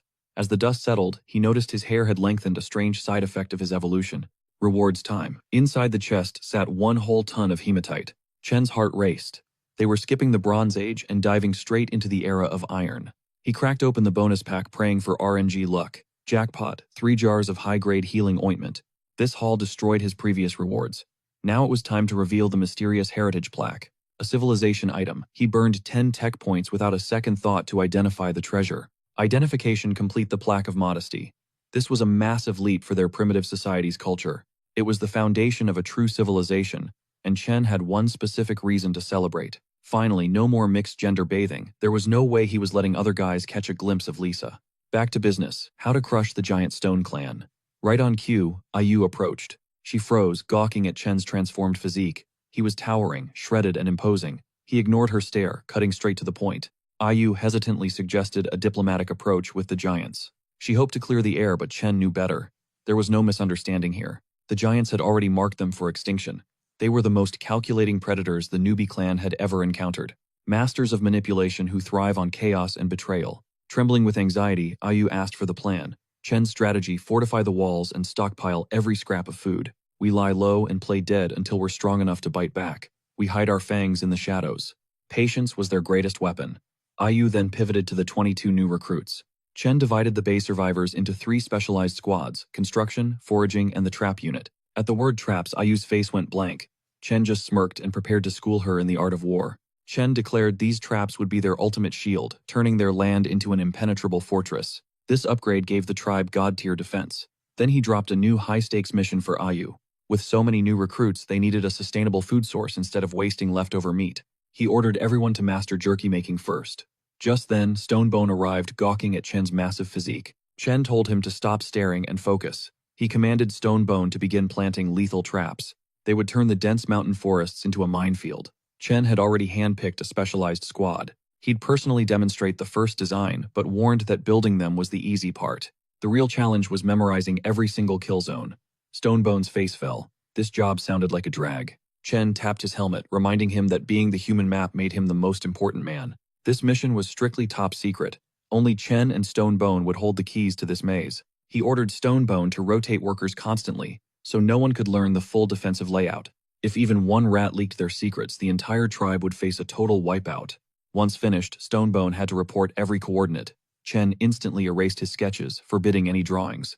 Every lethal detail had to be burned directly into Stonebone's brain. No paper trails allowed. Stonebone admitted it was a nightmare task, but swore to deliver. Chen nodded, granting him rest. Operation Night Ops would begin at sunset. Meanwhile, Chen placed the Sense of Modesty plaque outside. He wanted every passerby to feel its aura. Then he informed Leng Guochui he was heading in. He needed some shut-eye before the night grind. He gave strict orders: wake him only for absolute emergencies. Inside, Chen stared at the ceiling, wondering if time was finally running out on their preparations. The to-do list was insane: training elite squads, fortifying the base, and organizing tight security patrols. Between tech upgrades and land expansion, the work felt endless, but he finally drifted into sleep. Suddenly, he woke up in a neon-lit bar surrounded by stunning girls and flowing drinks. The beauties introduced themselves as Xiao Ya Lily and Tita Dan. Chen was absolutely vibing. Thinking he'd just had one too many, he celebrated his return to the modern world's comfort. The brutal wild felt like a distant memory until Xiao Ya whispered it was time to work. Chen groaned in protest, but then she dropped a bombshell: she wasn't actually Xiao Ya at all. Her voice shifted into Stonebone's. Chen bolted upright, screaming as reality shattered his peaceful dream. Fuming, he demanded to know why Stonebone was lurking in his room at night. Apparently a sleepy Chen had started flirting with him. As Chen stood frozen, Leng Guochui intervened. They laughed off the awkwardness and got to business. Soon, Chen was leading the training session. He started with the basics, the spike pit. Since their enemies were massive, these traps needed scale. Size mattered here. These pits needed to be deep enough to swallow monsters. He then demonstrated camouflage. Pro tip: combine these pits with tripwires for a lethal combo that no one could ever escape.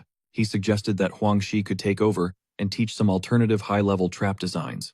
Huang Shi looked totally lost, claiming he knew zero about traps. But Chen had a plan. Swap that heavy log for a sturdy net, add a trigger, and boom, you've got a trap. Leaving the crew to their work, Chen slipped away desperately, hoping to find that dream bar again. But back at the base, the silence was eerie.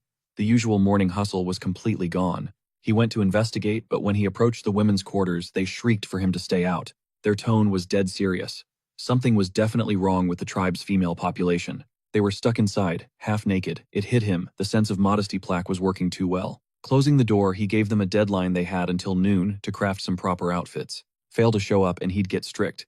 Even Chen was stunned by the plaque's overwhelming power. Suddenly, Stonebone came sprinting toward him, his voice echoing with pure, unbridled excitement. Stonebone shouted the news they had finally discovered a massive vein of flint. A legendary find. He revealed that flint unlocked infinite potential, since one hard strike birthed life-saving sparks. Chen and Stonebone dashed to the discovery site. Reaching the clearing, Stonebone gestured and declared. They began excavating the area. One glance told Chen the truth. This flint deposit was depressingly small. This wasn't some barren wasteland. If this flint was natural, only one chilling possibility remained. He ordered Stonebone to scan the ground. Stonebone agreed, noting this specific patch felt unusually soft. Strange objects were buried here, definitely not rocks. Then Stonebone did the unthinkable. He tasted it. Instant regret. It was literal dung, leaving him gagging. While Stonebone recoiled in disgust, Chen had already deduced a massive manure pit lay beneath them. He was utterly floored. Did some ancient tribe once thrive here? Had they actually developed primitive sanitation systems? Or was this the giant stone clan's former lair? Chen ordered the flint seized and the site scrubbed clean. He commanded new traps, high-ground beacon towers, and a relentless rotating guard schedule to be established. Stonebone stood frozen, finally stammering beacons towers. He had no clue what Chen meant. 4 days flew by. Chen surveyed his territory, admiring the cluster of newly constructed homes. This was his first taste of true peace, until Mia charged him, nearly scaring the soul out of him. He desperately yelled for Lang Guochui's help, but Mia's full-throttle hug slammed into him like a truck. The impact leveled a nearby house. A frantic Lang Guochui checked on Chen, ordering Mia to back off. Seeing him dazed, Mia squeezed tighter, sobbing for him not to die right after their hard work. They couldn't lose their leader now. Wincing, Chen ended the chaos and asked if the construction was truly complete. Beaming, she reported 10 houses in 2 perfect rows, space for 50. Chen smiled, rewarding her with a head pat. After scolding her recklessness and assigning her house repairs, he headed off to inspect their precious food supplies. At the river, the Bay clan was hauling in a massive catch, while Ayu and her crew assisted. They were busy sun-drying the fish. Chen realized that while digging traps was hard, this was their true calling. The Bay clan were absolute naturals in the water. Thanks to their expertise, the tribe's future looked bright. Food was finally plentiful and diverse. Lang Guochui couldn't help but marvel at Chen's visionary leadership. Their lives felt truly prosperous now. Yet Chen remained pensive, haunted by the choices he'd made to get here. He questioned his ruthless subduing of the Coconut Grove clan, but Lang Guochui urged him to stop doubting. Chen's commands were their absolute law. To the tribe, their leader's actions were beyond reproach or question. In this brutal world, only the apex survive. Tribes vanish daily in the never-ending cycle of prehistoric war. Victory with minimal bloodshed was the ultimate mercy. Chen smirked, realizing his general had finally seen the light. Lang Guochui finally possessed the cold-blooded resolve necessary for the arduous journey that lay ahead. Chen then moved to inspect the borders, sensing the Bay tribe still held secrets like those mysterious aquatic warriors. The frogmen were a wild card.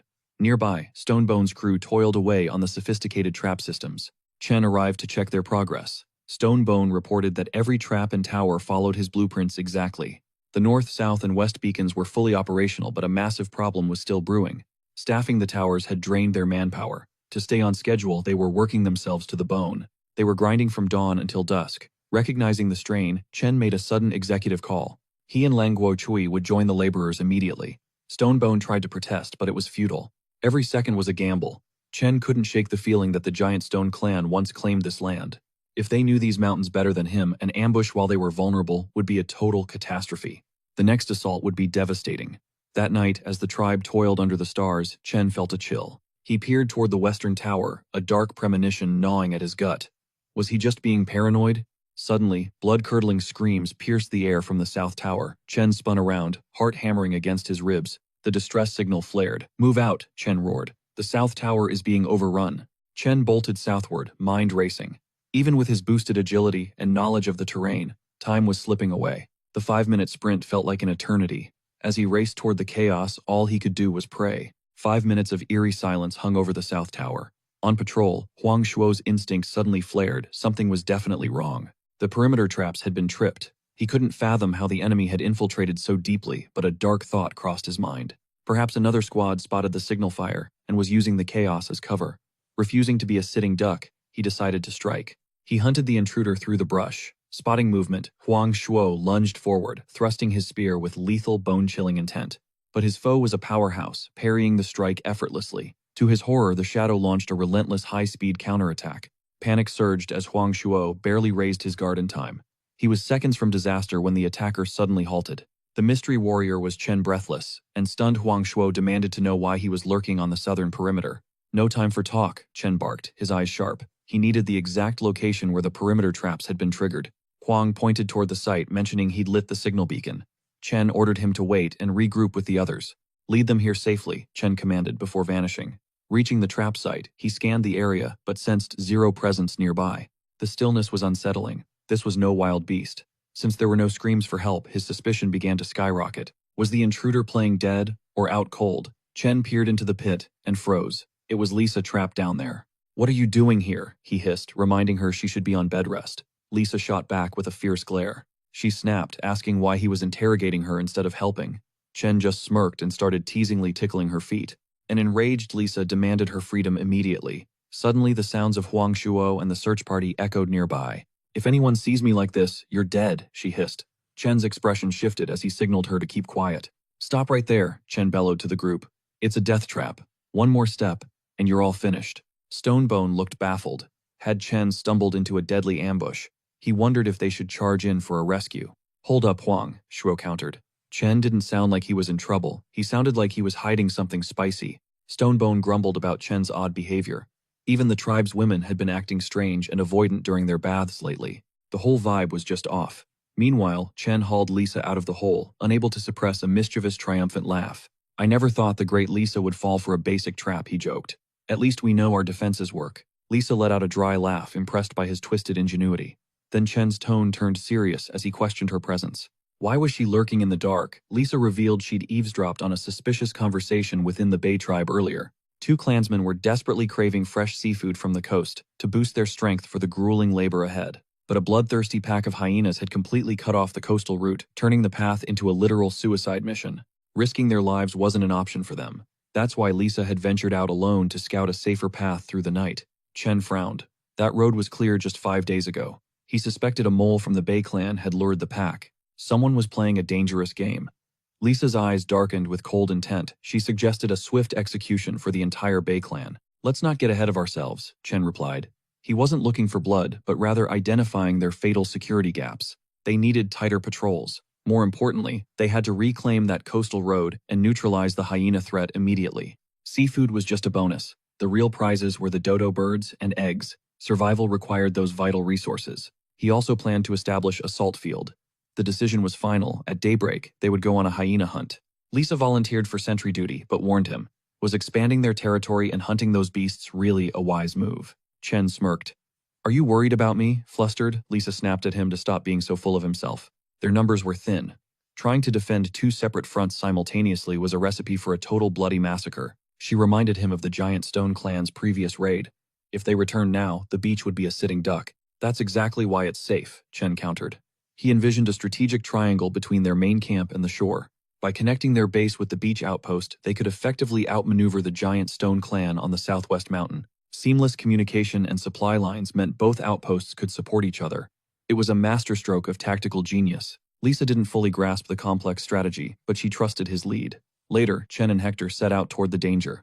Accompanied by Leng Guichuai and some Bay clan members, they trekked to the site where the beasts were last spotted. "You sure about this, kid?" Hector asked, sniffing the air. "No blood, no scent." But the child didn't blink. He'd seen the pack 2 days ago. Suddenly, a snarling hyena lunged from the brush. Hector's reflexes were lightning fast. He swatted the beast aside and snatched the kid.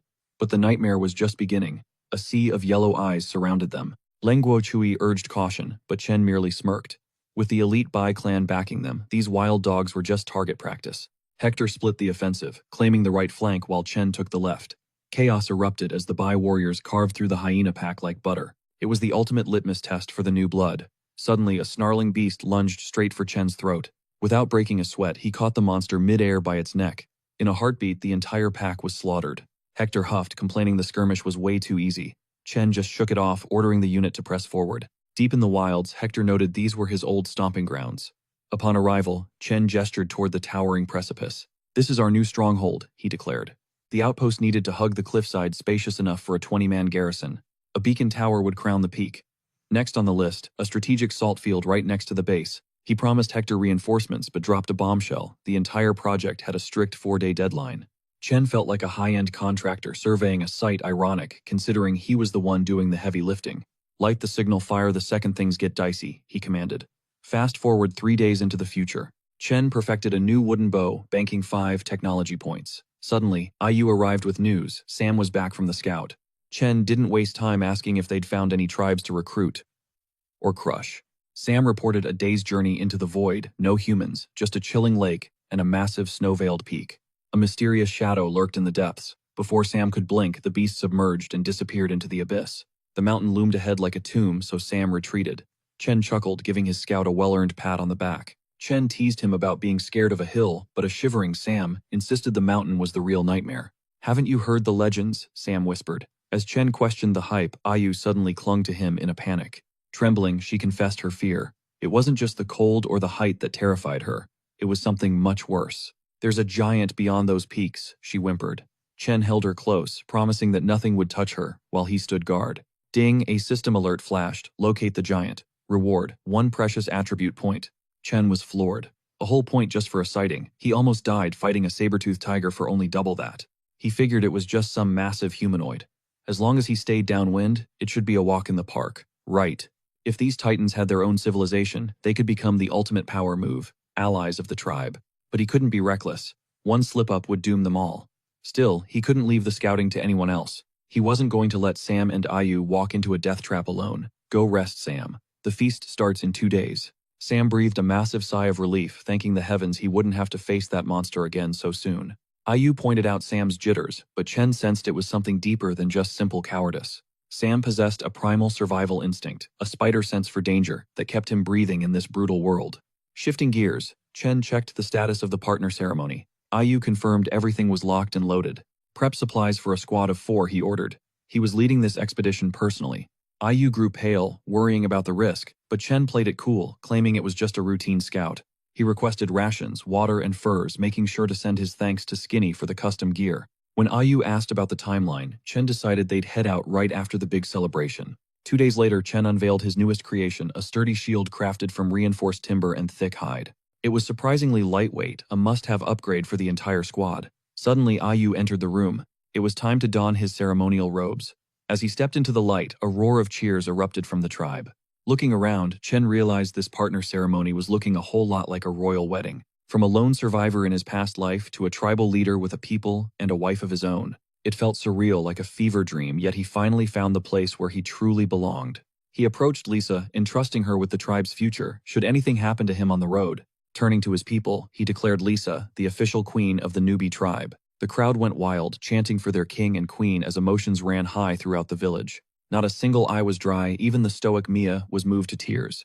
The air thrummed with the tribe's devotion to their rulers, a moment so powerful it even brought Mia to tears.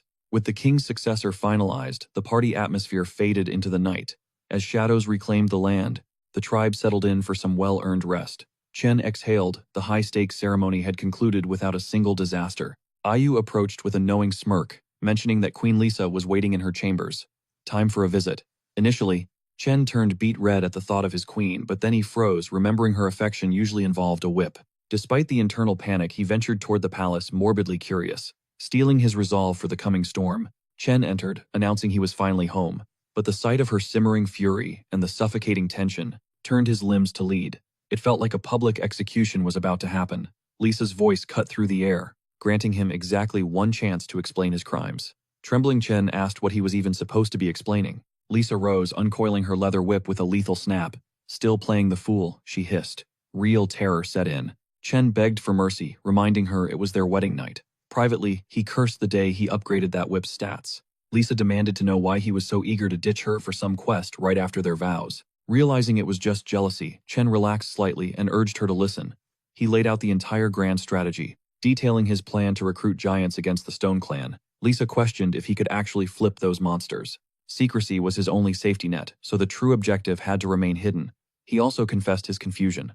Why were Sam and Ayu so traumatized by giants? Hearing his logic, Lisa offered to gear up and join the raid. Chen declined. Someone had to lead the tribe while he was away. Besides, she had a far more vital assignment.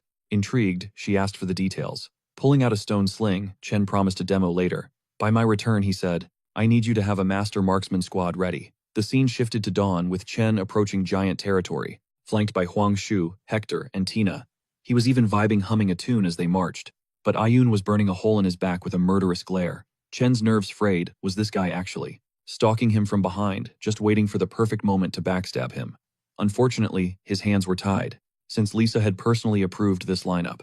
Their late-night talk had been simple. When Chen tried flirting, she'd shut him down instantly, demanding he get serious. She then questioned why his team lacked Coconut or Bay Clan warriors. Chen explained that Hector's raw combat prowess was a proven asset. As for the shoreline defense, Stonebone was more than capable of holding the fort. Lisa didn't care about the others, but Ayun was mandatory. She claimed she'd only feel safe knowing Ayun was watching his back. Leaning in, Lisa assured her king that she'd disciplined Ayun enough to ensure total obedience. Back on the trail, Chen was still low-key panicking. Ayun's rage simmered like a volcano, keeping the air thick with tension. Chen basically glued himself to Huang Shu, convinced that if things went south, only the veteran could save him. Suddenly, Huang Shu slowed down, muttering about a weird sensation of being watched before dismissing it as jitters. Hector chimed in, pointing toward a nearby lake. Chen nodded, recalling Sam's warnings. Hector laughed, betting Sam had seen the beast too. When I was a kid, I saw that thing delete a leopard in one bite. He considered that near-death experience a blessing, and now, he was itching for a rematch with the lake monster. Chen was speechless. Since Wen was meeting a kraken, considered good luck, he told Hector he wasn't interested in sushi. He wanted to hunt something truly legendary, like actual giants. Huang Shu visibly recoiled, begging Chen not to jinx them. Laughing it off, Chen asked if the legends were even legit. Huang Shu's expression darkened as he recalled their tribe's former size. Then they crossed paths with a giant, and their warriors were useless. The entire clan dissolved into a chaotic, terrified mess. Even as a child, that trauma was burned into Huang Shu's soul. No survivor ever truly moves on from that horror. Finally, it clicked. No wonder Sam and Ayu were so terrified. Suddenly, Hector intervened, shouting a warning about the local berries. He'd learned that lesson the hard way as a kid. Opening his system, Chen confirmed they were toxic.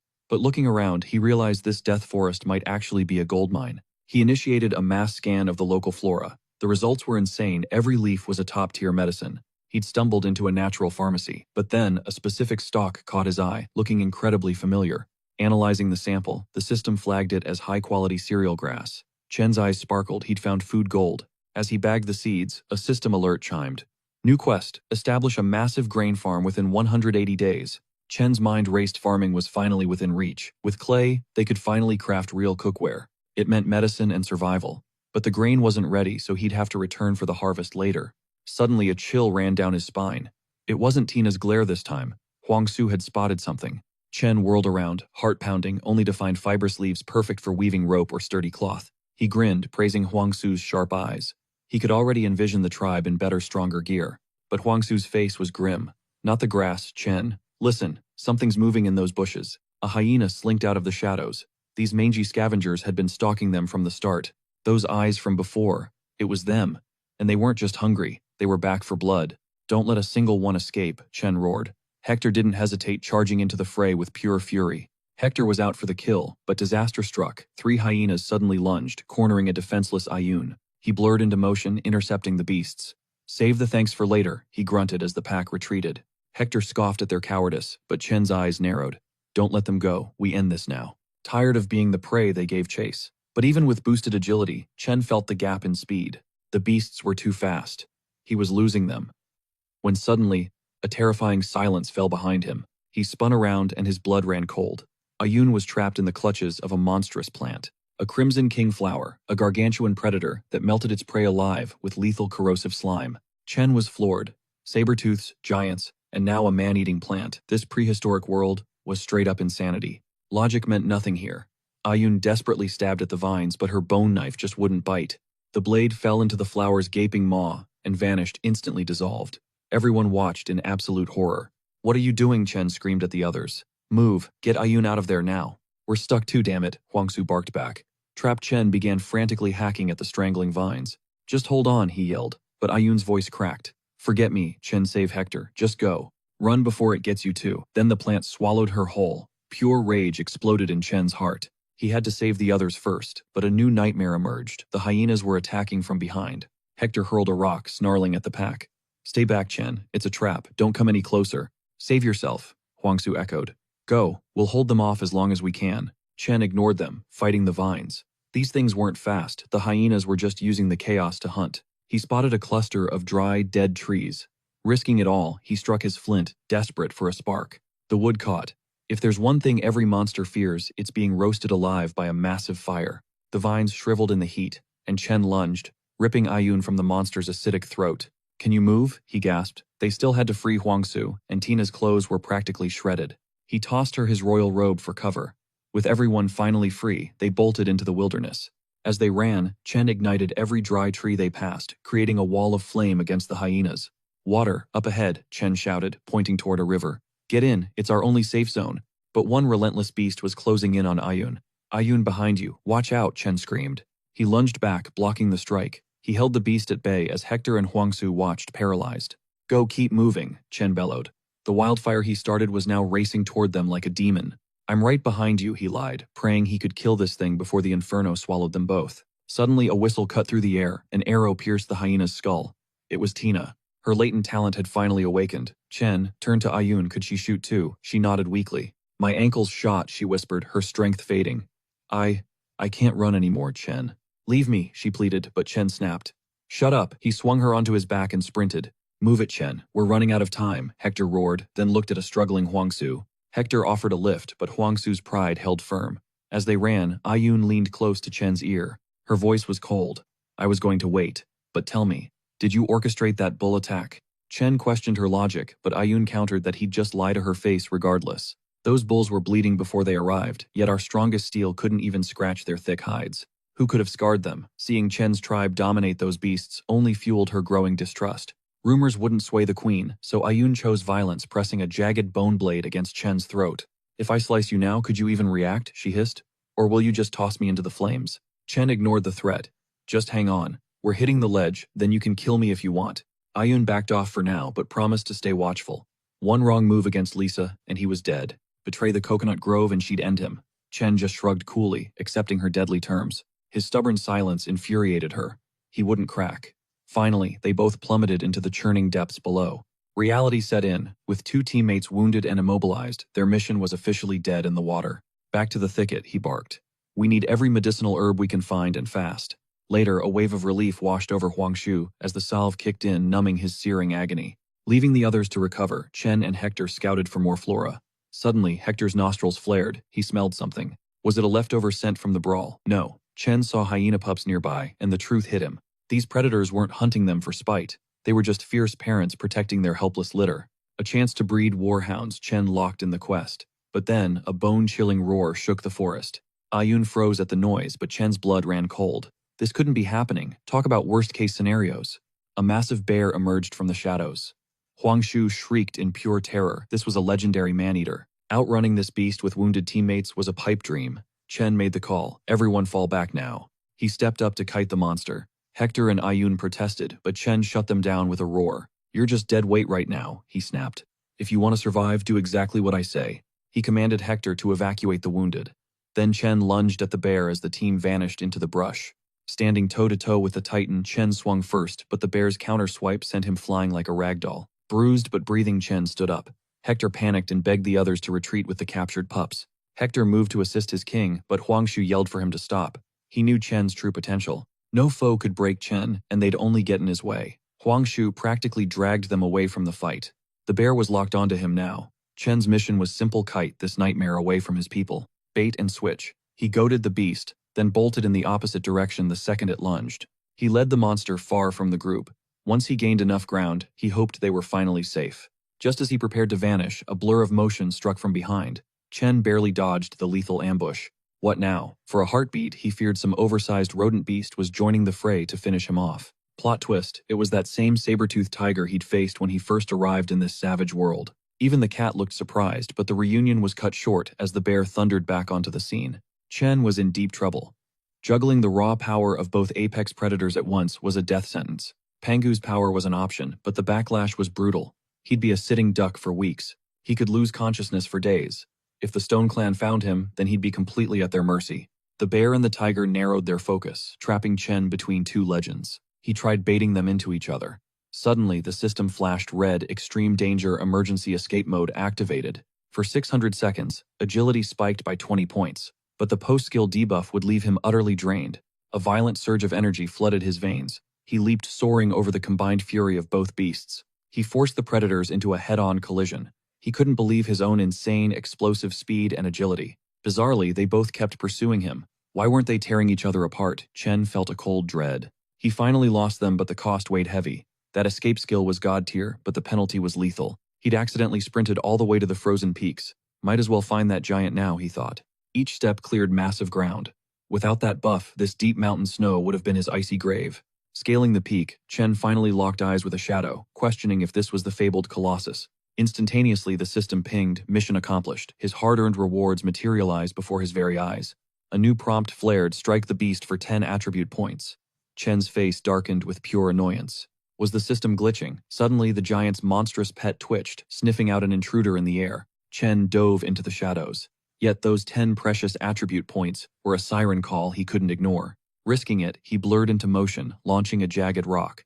The stone sailed through the air with agonizing slowness. The pebble barely grazed the titan unnoticed. However, the beast's guardian caught the scent and let out a low growl. Danger loomed, but the mission-clear window flashed. Chen cheered until the system ruthlessly unveiled the third phase. Slay the Colossus solo for 100 points, Chen froze. That massive bounty was enough to rewrite his destiny. This could skyrocket his power level. As he weighed his survival against the prize, hesitation clouded his mind. Irritated by the noise, the giant crushed the earth, roaring for silence.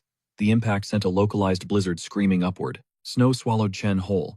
His world turned white and numb, a brutal reminder of the Titan's godlike strength. No reward is worth a grave, Chen spat. Night fell, painting the rugged landscape in hues of twilight. Days later at base, Lisa grilled the Coconut Grove scouts for any intel gathered during their midnight sweep. They hung their heads in failure. Lisa barked orders to expand the search perimeter. No stone was to be unturned. Ayun whispered of death, bracing for the worst.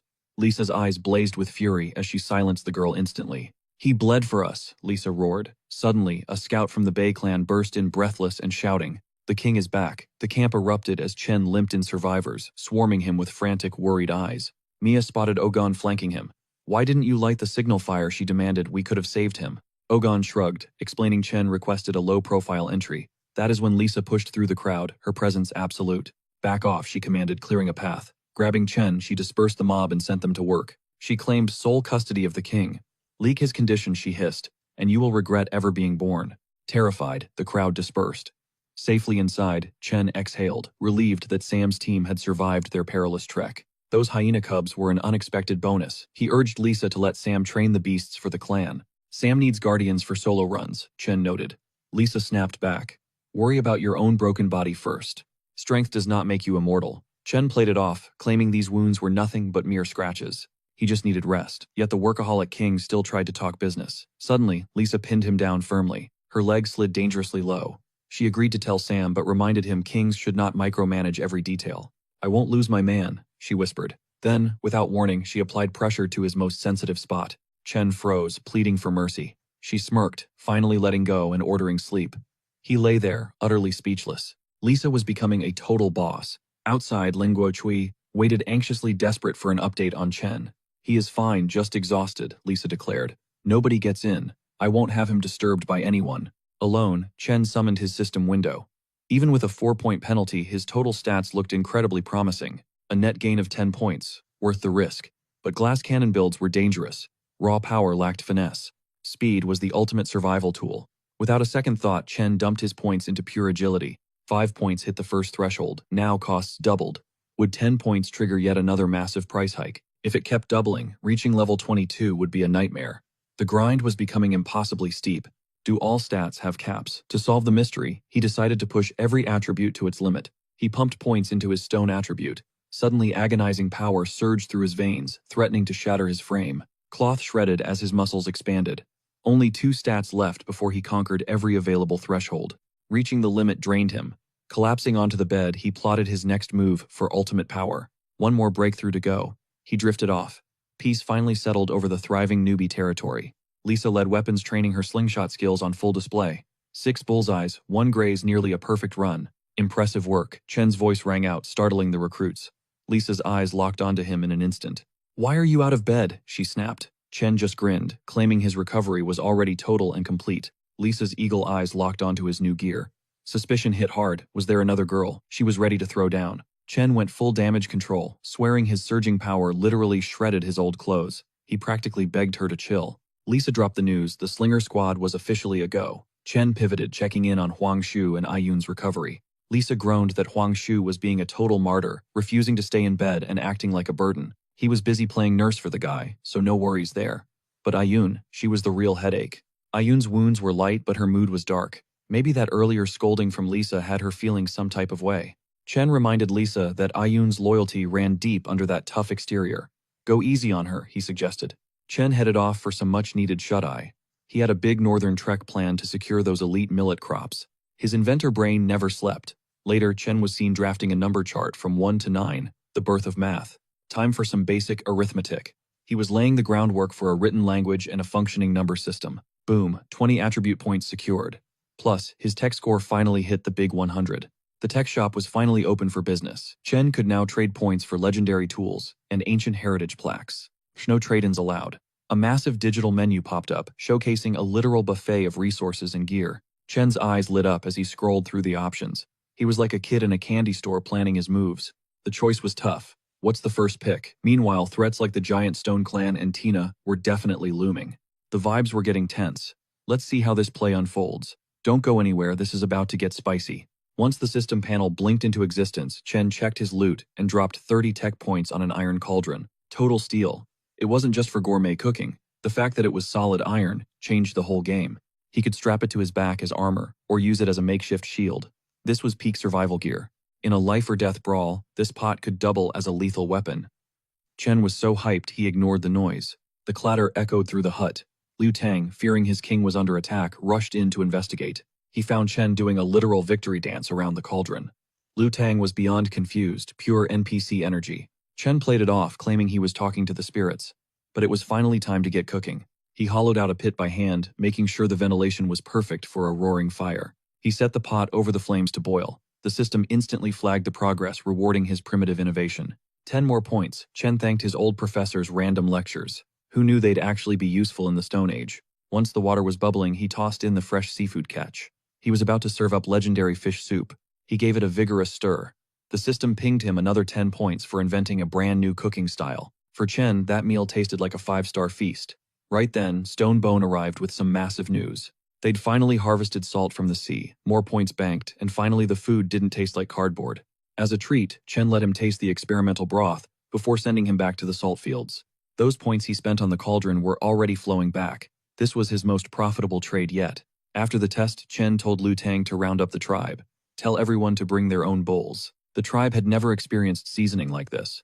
The rich, savory flavor of the fish soup absolutely floored them. Luckily, there was plenty to go around and the all-you-can-eat vibes were high. Mia was already on bowl number 3. Ayun worried they'd run out, but Chen just laughed it off. There was more than enough. If the pot ran dry, he'd just whip up another batch for the tribe. The guards and patrol squads needed their share too. Chen planned to personally deliver the goods to the outpost. He loved leveling up his people. Next up, teaching them to use chopsticks like true civilized legends. Imagine eating roast beef with class. While the tribe feasted, Chen dove back into the tech store. He'd already stacked another 100 points.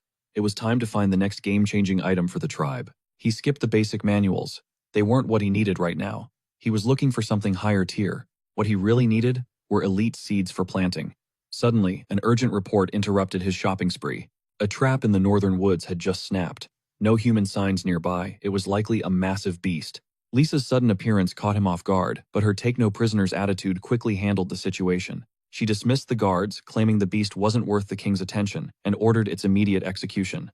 Irritated by Chen's neglect, she decided to take matters into her own hands and confront him personally. Only now could he focus on domestic peace. This time, he vowed to revolutionize the tribe with new discoveries.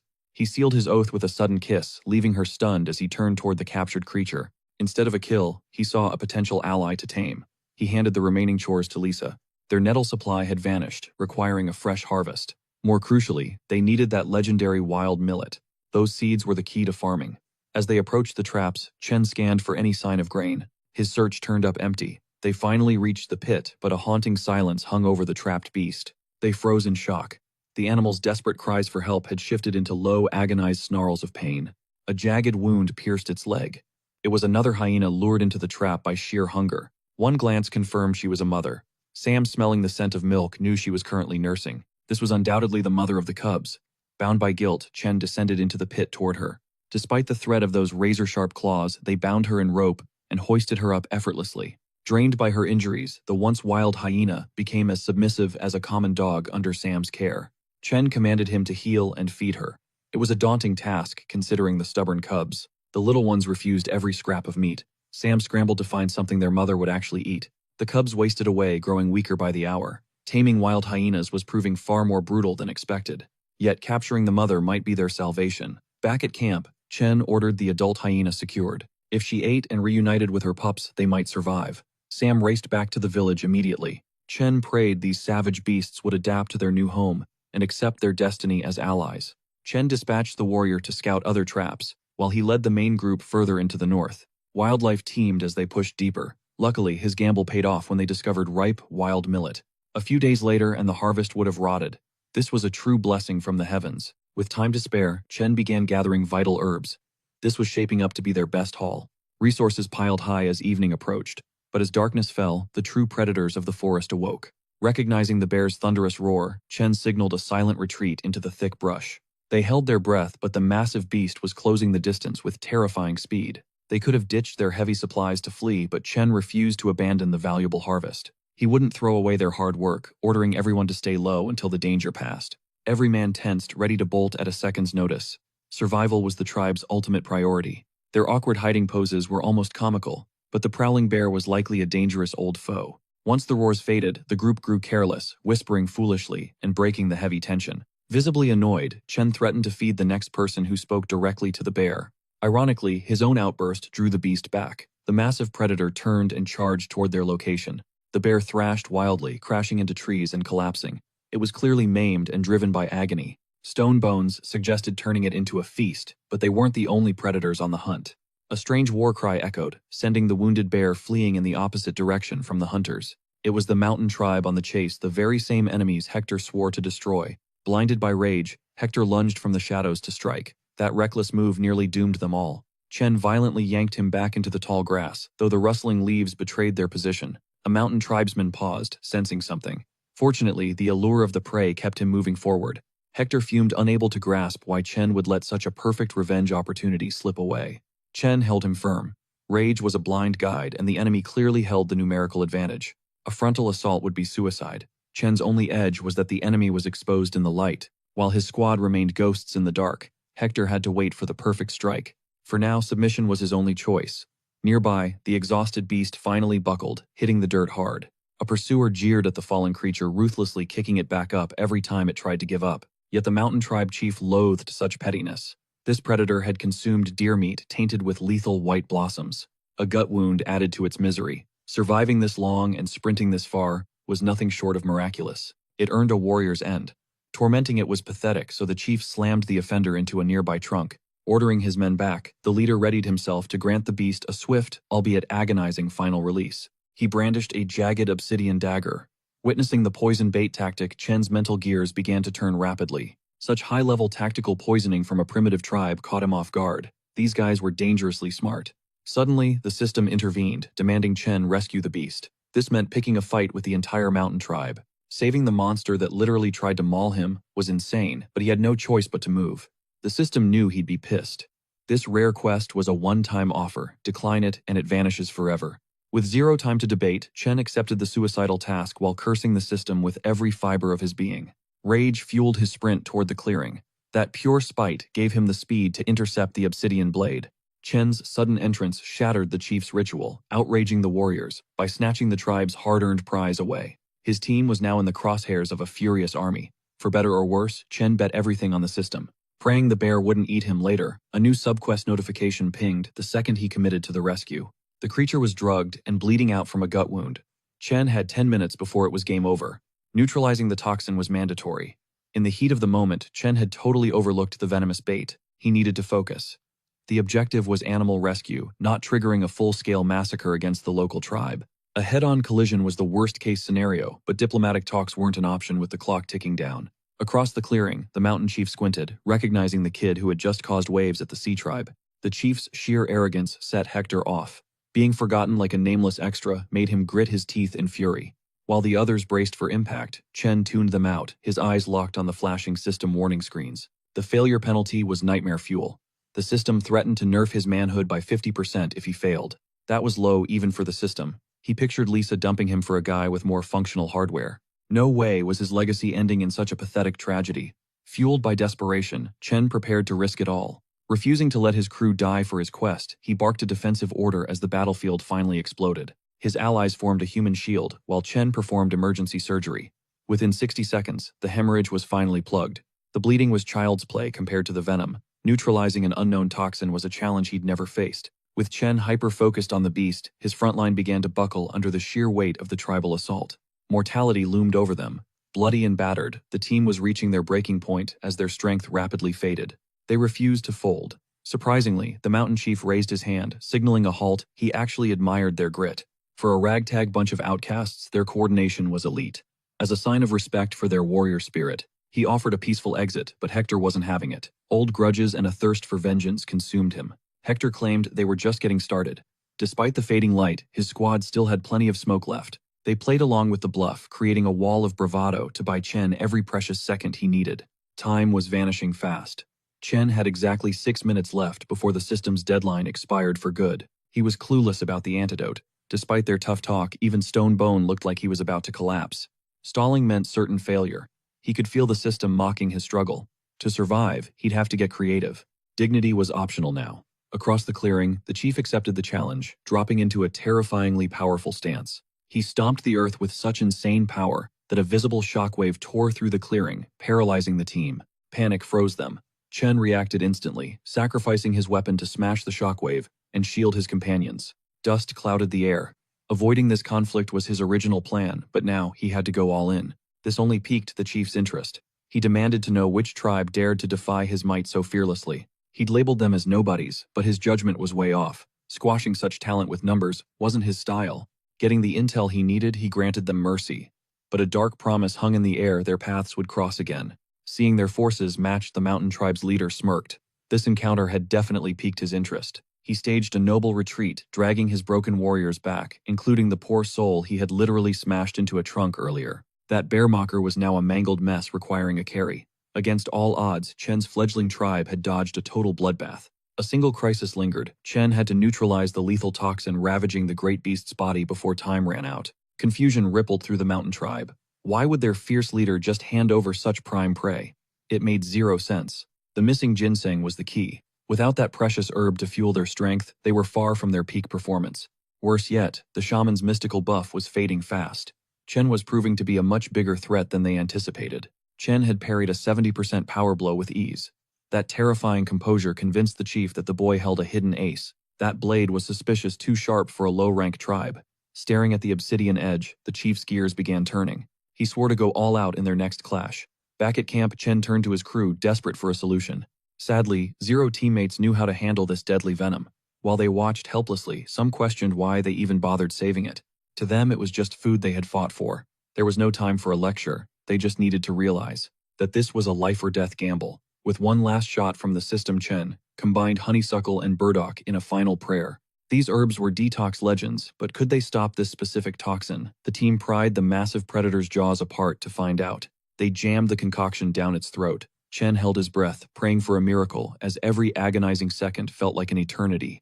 At the very last second, a system notification pinged. The bear's vitals had finally stabilized. The crisis was officially averted. Tension evaporated as the bear pulled through. Everyone exhaled, except for Hector, who was already itching for more action. He wanted to hunt the mountain tribe immediately, but Chen channeling Major Leader energy reminded him they were blind to the enemy's power. Charging in without intel would be a suicide mission. They could not afford to throw lives away on a reckless gamble. A win with heavy casualties is no win.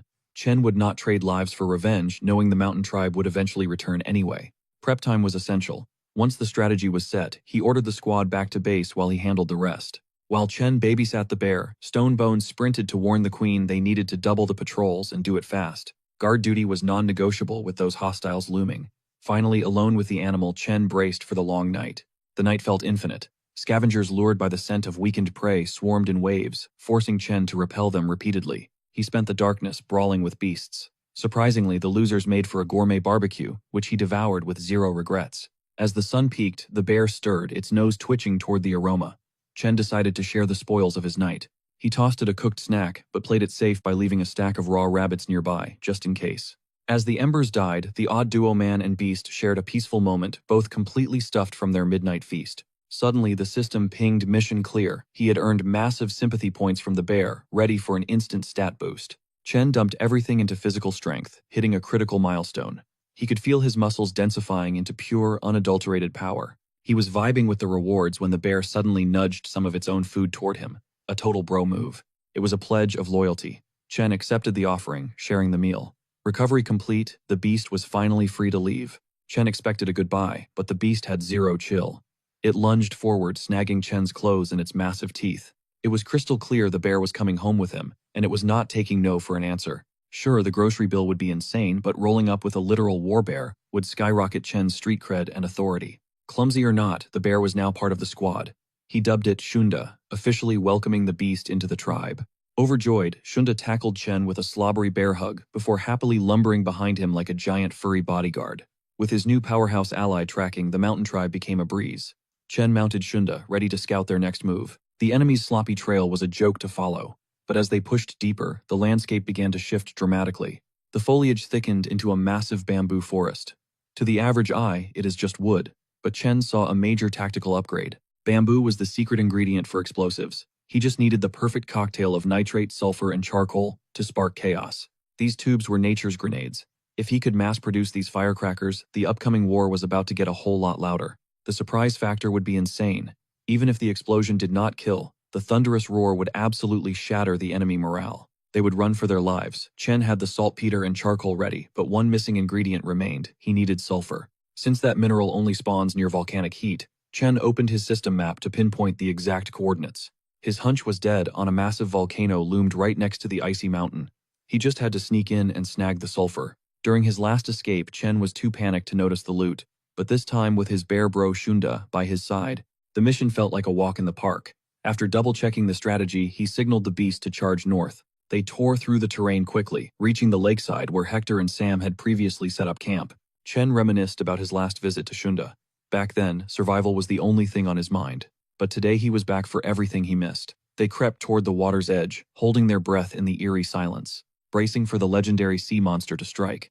Nothing happened at first, but then Shunda froze his fur, bristling with pure terror. Suddenly, the lake's surface erupted in a violent explosion of bubbles. An ancient, terrifying head broke the water, letting out a bone-chilling roar as it hauled its massive frame onto land. A literal Tyrannosaurus was on the hunt, and a frayed rope dangling from its neck proved this beast was once someone's pet.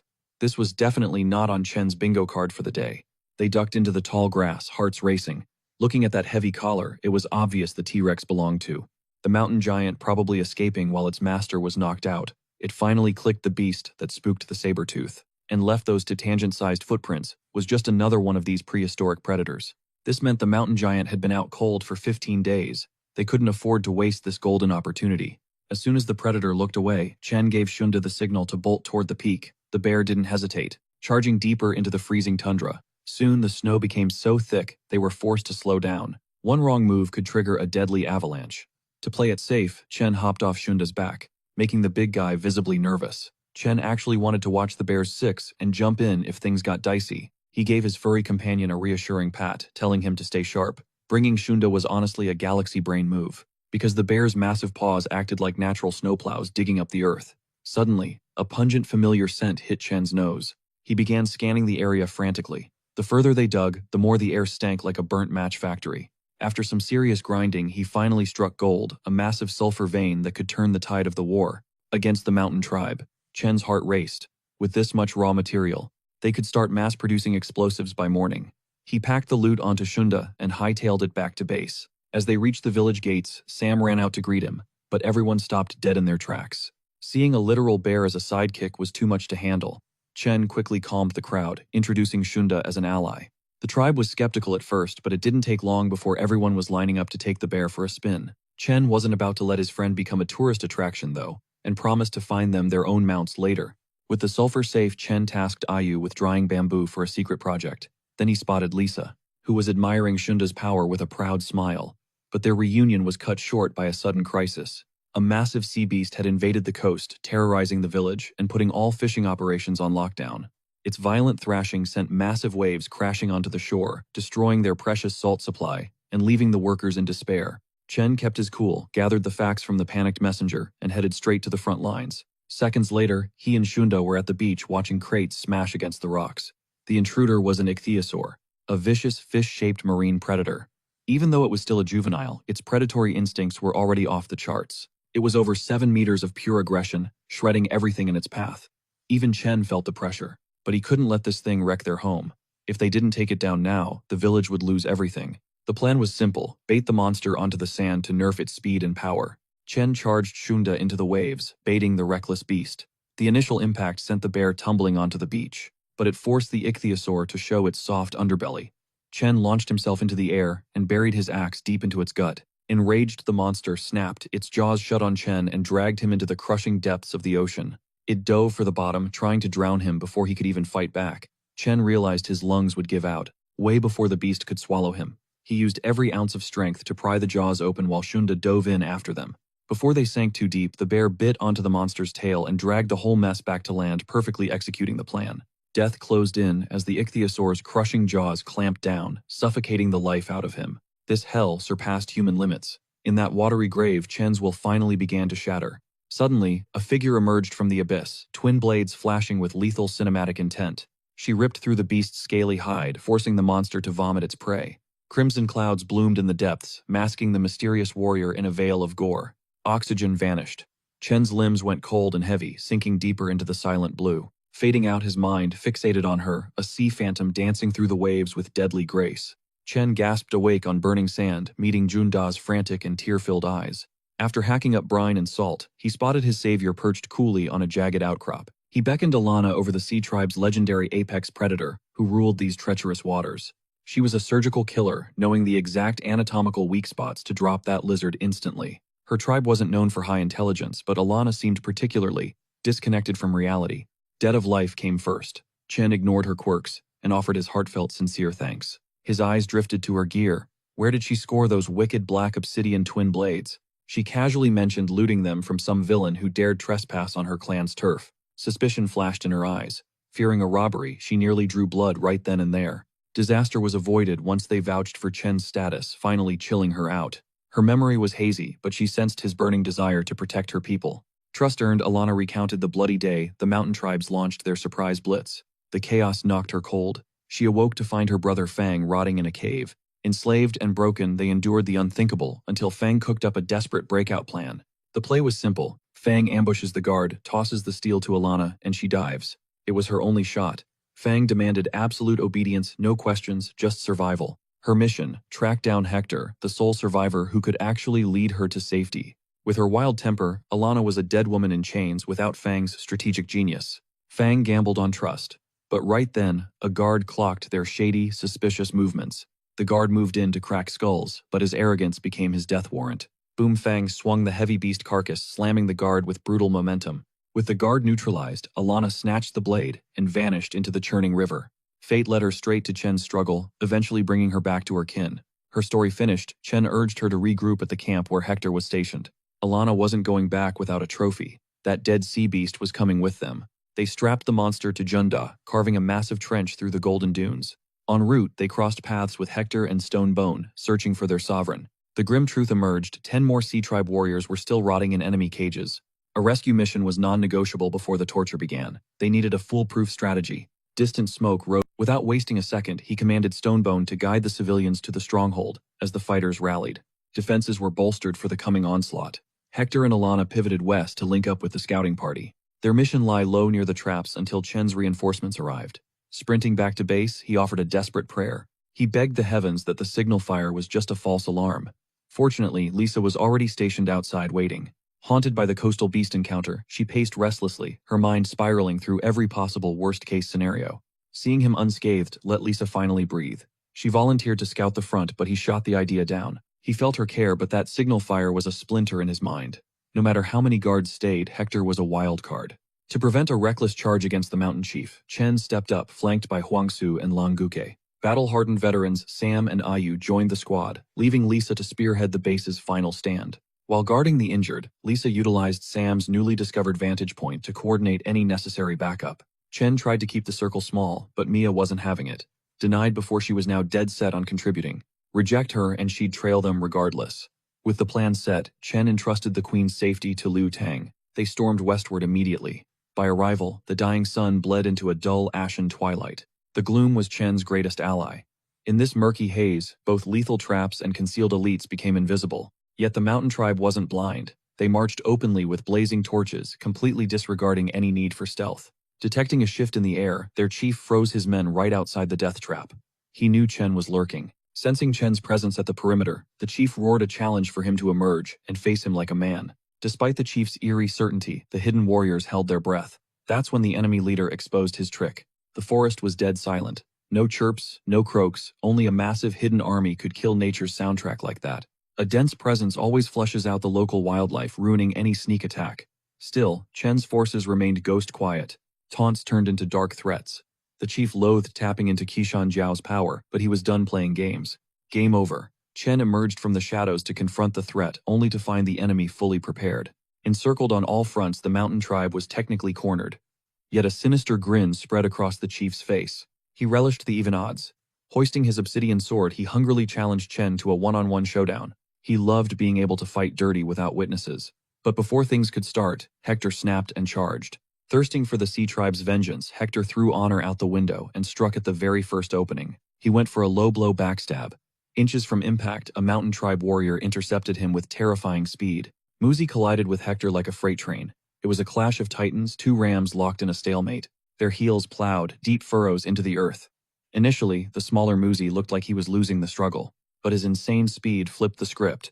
Grinning, the chief gave Muzi the green light to play with Hector. Digging deep, Muzi launched Hector into a boulder, the impact sending shockwaves through the very ground. The raw power left Chen stunned. Watching the formerly undefeated Hector crumble sent a chill down his spine. Simultaneously, a second warrior entered the kill zone. Ayu triggered the trap, sending a massive log swinging downward. A blow like that would crush any normal human, but this monster swatted it away like a fly. This warrior's cheat code strength was so mind-blowing that Chen's entire tactical plan momentarily vanished from his head. Mangled against the rocks, Hector began spitting crimson. Muzi wasn't interested in a long fight, he wanted the kill. Losing to a rookie wasn't an option. Yet Hector evaded the final strike, proving his willpower was absolute. Fueled by pure spite, Hector secured a lethal hold and hauled his opponent toward the river's edge. The water was Hector's domain, and Muzi knew he was in deep trouble if he didn't dig in. His struggle only anchored them both. Suddenly, Alana erupted from the currents like a vengeful spirit. A lethal backstab was imminent. With Muzi immobilized, Alana had the perfect opening to end him. But the mountain warriors intervened, snatching their ally and tossing him at Alana like a human cannonball. The impact sent her reeling back into the depths. These savages didn't care about safety, they charged headfirst into hell. Alana was forced into a watery duel. Midst the mayhem, the twin brothers began to whine to their leader. They were promised a good time, but Muzi and Zhuo Hao were hogging all the action for themselves. Bloodlust blinded them. Their first target was Chen, who stood watching his warriors drown in a sea of violence. The twins instantly charged like guided missiles, hungry for his head, but Huang Shi and Lang Guzai cut them off. Claiming the king's head meant carving through his guard first, a minor delay in their twisted game of death. Splitting their prey, they swore eternal shame upon whoever failed. With maniacal grins, they plunged into the carnage, ready to trade their lives for a bloodbath. Meanwhile, Shuai Hao surveyed the madness erupting around him, paralyzed by indecision. Knowing only the art of war, he sought a way to secure the newcomer's victory. He hunted for a weapon, quickly spotting a massive log lying right at his feet, like a gift from fate. He ripped it from its ropes, effortlessly dismantling a trap as he hoisted the giant club over his shoulder. Armed with the colossal timber, he barreled toward the chief, who was currently locked in a duel with Chen. The chief barked a rejection, ordering the giant to find another victim. Visibly disappointed, he obeyed and pivoted toward Muzi, who was already ensnared in a brutal clash with Hector. Chen realized Hector, in his battered state, could not handle two monsters at once. He rushed to help, but the mountain chief intercepted him. A heavy blade slashed across his path, forcing Chen back and demanding his absolute undivided attention. Fuming because Chen kept ignoring him, the chief unleashed a relentless barrage of savage strikes. The obsidian blade hungered for Chen's throat, but his axe parried every lethal swing with cold mechanical precision. Snarling, the chief warned him to pay attention. He demanded a true clash of kings, not child's play. Chen realized this duel would not end quickly, leaving Hector to face his fate alone for now. Forced to take drastic measures, he roared for anyone to halt Shuai Hao's devastating advance. Shuai Hao's log carved a deep trench in the earth as he closed in on Hector's step by agonizing second. Suddenly, the Wepiao felt rooted to the ground. Looking back, he saw his promise finally fulfilled. Mia had finally entered the fray, anchoring the massive log. Though lacking raw power, her resolve was absolute. Shuai Hao sneered and lunged with his tree trunk arms, aiming to crush her throat and pull her close. An arrow bit into his arm, barely piercing the surface. Immediately, a second shaft hissed through the air, targeting his face. He blocked it with his arm, using his own flesh as a living, breathing shield. A twisted joy lit his face. Now he had two playmates. Witnessing this sadistic glee, the chief let the uneven slaughter continue. As long as Shuai Hao was entertained, he did not care. Once they returned to the peak, he would be alone anyway. Elsewhere on the battlefield, Sam and Ayu provided cover fire sniping vulnerabilities while their comrades drowned in a sea of blood. Close combat was a nightmare. From afar, Ayu's bear trap failed to even flinch the monster Shuai Hao. Instead, he yanked her down like a rag doll. Only raw, unadulterated brute force could stop this titan. They could not retreat now. Their only hope was stalling him while Sam raced back for reinforcements. While Ayu scrambled to turn the tide, Hector continued his relentless crushing assault on Muzi. Muzi hammered his fists against the giant, desperate to break free, but his strikes felt like hitting a mountain. Each blow drew a ragged grunt from Hector's lungs. Unfortunately, the counterstrikes were devastatingly heavy. Blood stained Hector's lips, yet he remained undeterred, driving Muzi toward the treacherous river. Aiming for a swift finish, Hector summoned his remaining might and hoisted Muzi high into the air. He charged toward the rushing water, testing the mountain tribe's swimming skills. Victory was inches away, until Alana's frantic screams halted him. She pleaded with him to stay back from the lethal depths. A monster still lurked beneath the surface. Suddenly, spectral hands emerged and dragged her into the abyss. She vanished instantly. That split-second distraction cost Hector dearly, as Muzi relentlessly exploited every single opening with a flurry of blows. Crimson welts marred Hector's skin until his internal organs finally began to fail under the pressure. Hector buckled, yet his grip remained a vice. He channeled his final spark of life into one last fist. With a guttural roar, he flipped Muzi over his shoulder, aiming to shatter his skull against the hard earth. The impact was bone-shattering. Blood erupted from Muzi's brow as consciousness immediately fled his broken body. Hector slumped beside his foe, the world fading into a dark, hazy blur as darkness finally took him. Gripped by agony, Hector withdrew, leaving his kin's fate to the gods and their own blades. Simultaneously, Lang Guochui and Huang Shi squared off against the twins, cooking up a lethal surprise. Itching to test their gambit, they split up, flanking the mountain warriors from both sides. Charging together, Xiao Hu let out a mocking roar. These rookies actually thought they stood a chance. Noticing Lang Guochui falling behind, the twins pounced in unison, desperate to shatter their coordination. Playing dirty, they unleashed a ruthless barrage. Suddenly, Lang Guochui let out a scream, clutching his eyes. Huang, she wouldn't just watch. He dove in, refusing to let them butcher his blinded comrade like prey. Face a real warrior, he roared, hurling his heavy hunting axe with lethal intent. The steel bit deep into an enemy's shoulder. Just like that, both sides were down one fighter. Stripped of his weapon, he raised a small shield, knowing he couldn't tank an obsidian blade barehanded. He became the ultimate bait, but it was all calculated. Between every block, he was counting steps. He needed the perfect timing for Lang Guochui, but his defense crumbled as the enemy closed in. A blade sank into his gut with 2 steps left. The twins were clueless about his strange countdown. At the final step, the trap snapped shut. Huang, she lunged, pinning the twins' arms with monstrous strength. With the target locked, Lang Guochui initiated Phase 2. One lethal swing should have ended it all right there. Victory seemed certain. Xiao Hu froze in shock as Lang Guo Chui loomed over him like a vengeful god. He thrashed wildly to escape, but his brother suddenly charged in, violently shoving him out of harm's way. The axe descended, and the emerald grass turned a gruesome crimson as Xiao Hu watched his brother fall. Elsewhere, Ayu supported from the shadows, while Mia realized Shui Hao was moving with sluggish, heavy steps. Her arrows hit the mark, but his hide was like iron. He looked like a human porcupine. The shallow wounds were barely slowing him down. Meanwhile, Mia was reaching her absolute limit. As the massive log swung wildly, Ayu spotted a nearby rope. It was the only way out. Signaling, Ayu began peppering the rope with arrows. Everyone knew the girl never missed a shot. Mia bolted for the line mid-chaos, making Shui Hao feel a sudden icy shiver of dread. The resistance vanished, and for a second he thought the game was over. He was dead wrong. Luring him like a giant toddler, Mia looped the cord around his legs into a tight, inescapable knot. He enjoyed the chase for a moment, right until his face ate the dirt with a bone-shattering thud. Reality hit hard. Mia had bet everything on that one takedown, and it paid off big time. While the others finished their duels, Hector was still trapped in a relentless, exhausting struggle. Muzi stood back up, admitting he'd underestimated the man. He was battered, but his spirit hadn't broken. Then the unthinkable happened. Shui Hao's massive log came hurtling through the air like a guided missile. It slammed into Muzi's skull, leveling him. Hector realized his brother Fang's luck was the real deal. Fang's prophecy held true, but the war raged on. The tribal leaders were locked in a stalemate. They traded punishing blows until their arms went completely dead. It was a battle of pure attrition. Chen was running on fumes. Seeing the mountain leader falter, the witch's servant revealed the red leaves. He had orders to use the herb even if it meant a hollow win. It was the only way home. The servant would dive into the water to escape the toxic fumes. The witch's warnings echoed. He urged the leader to choose victory over pride. Chen knew it was time to unleash everything. By consuming the red ginseng, he'd tap into Pangu's divine power to crush the mountain tribe once and for all.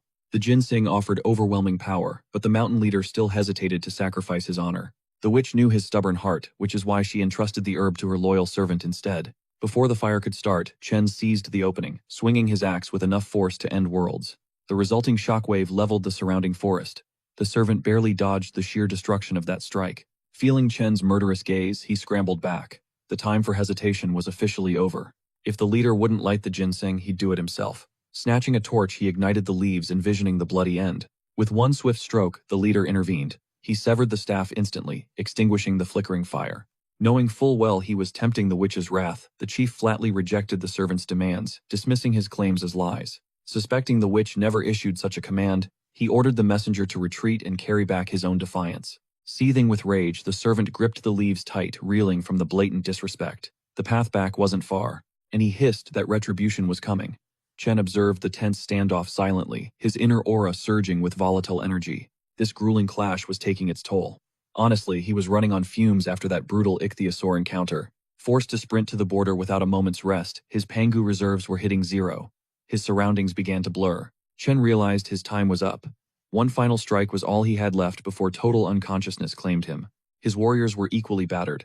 Their stamina had evaporated, leaving them unable to provide any meaningful cover for their sovereign. Now it all came down to a single desperate gamble. If this next attack failed, the mountain tribe would effortlessly crush their entire village. Yet a deeper mystery haunted Chen. Had the chief ignited the ginseng, their triumph would be guaranteed. Instead, the man defied his own subordinate and tossed the sacred leaves aside. The move was utterly nonsensical. No matter how much Chen analyzed it, the chief's motives remained a total enigma. Thinking was a luxury he couldn't afford. With the last of his fading vigor, he had to strike now. To bring this warlord down, he launched a relentless assault, pouring every ounce of will into neutralizing his foe. Yet, the chief countered every move with chilling precision. He seemed exhilarated, relishing the challenge of a high-tier opponent like Chen, and taunted him to unleash his full power. Only as they both neared collapse did he spot Chen's mangled arm. Realizing these weren't battle scars, the leader deduced Chen had used some forbidden sacrifice to trigger his awakening. This revelation fueled his excitement, but the inevitable end was drawing near for both. The chief's tank was also empty. That borrowed witch's mana was flickering out. Realizing he couldn't evade the next blow, he lunged forward for a final gambit. Seeking a warrior's conclusion, he vowed to spare Chen's people if he fell. It was a surprisingly honorable gesture, one Chen respected, though he had zero intention of relying on pity. Letting out a primal roar, their clashing energies collided in a violent burst of pure chaotic power, carving a massive crater into the earth. As the dust choked the air, the outcome of the war remained a mystery. Every spectator held their breath, waiting for the smoke to clear and a victor to emerge. Only then, Did they see the mountain chief lying broken and bloodied within the pit? Silence reigned as the shock settled in. But the truth was undeniable. The newcomers had secured their territory. But right at that peak of victory, the seals on Chen's arms shattered, unleashing a torrent of agonizing pain. Had this happened seconds earlier, he would have been slaughtered. The Pengu power was a godsend during the duel, but its recoil was absolutely devastating. His body finally buckled. He slumped into Ayu's arms, who stood firm to ensure her triumphant king never touched the dirt. Suddenly, the queen's desperate cries echoed. With his strength rapidly evaporating and the threat of the servant's return looming, Chen knew he couldn't lead. He officially transferred authority to Lisa, just as the darkness finally took him. With his last breath, he urged Ayu to rescue the drowning Alana. While Chen drifted in the abyss of sleep, his loyal subjects nursed him back to health. Lisa stepped up as a powerhouse leader, only returning to his side, under the cover of night. When Chen finally blinked his eyes open today, the sight of a half-dressed Lisa made him instantly play dead. He tried to avoid the awkwardness, but the second she sat on his mattress, his heart started racing like crazy. Her fingers danced over his skin, testing his resolve. Once she had had her fun, she softly whispered that his little act was over. Lisa wasn't there for a heart-to-heart. She wanted to tease her king, leaving Chen absolutely spiraling in panic. Abandoning the charade, he scrambled to find a safe topic, acting like he was purely focused on tribal business. Not even Alana's name could save him. Lisa just leaned in further, her face inches away from his own. She brushed off his concerns, teasing that now wasn't the time for work. She noted his weakened state with a smirk, daring him to show her what a helpless king could actually do. Chen had fantasized about a spicy encounter, but this wasn't quite it. He had imagined being the one in control, proving his legendary stamina to the world. But Lisa's bold energy completely flipped the script. He had to surrender to her, lead his tough guy persona officially retired. Then the system chimed in with a wild notification, a new quest titled 7 Times in One Night. Talk about a challenge. He needed to be the ultimate powerhouse. To make matters worse, one 60-minute round was required just to snag 5 golden nuggets. The loot looked tempting, but the penalty for failure completely killed his vibe. If he flunked, the system would force a total identity reset. Rereading the terms, Chen knew this mission was pure insanity. His body was still trashed from the mountain chief brawl. With a shattered arm, he felt like a walking corpse. These conditions were so rigged, it felt like a boss fight where you'd rather rage quit than face the final hit. After weighing his options, he realized the system actually gave him an out, so he decided to ghost the quest. He waited for the notification to vanish. Plot twist in this world, silence is basically a signed contract. Screaming in frustration while pushing Lisa away, Chen cursed the system and its brain-dead missions.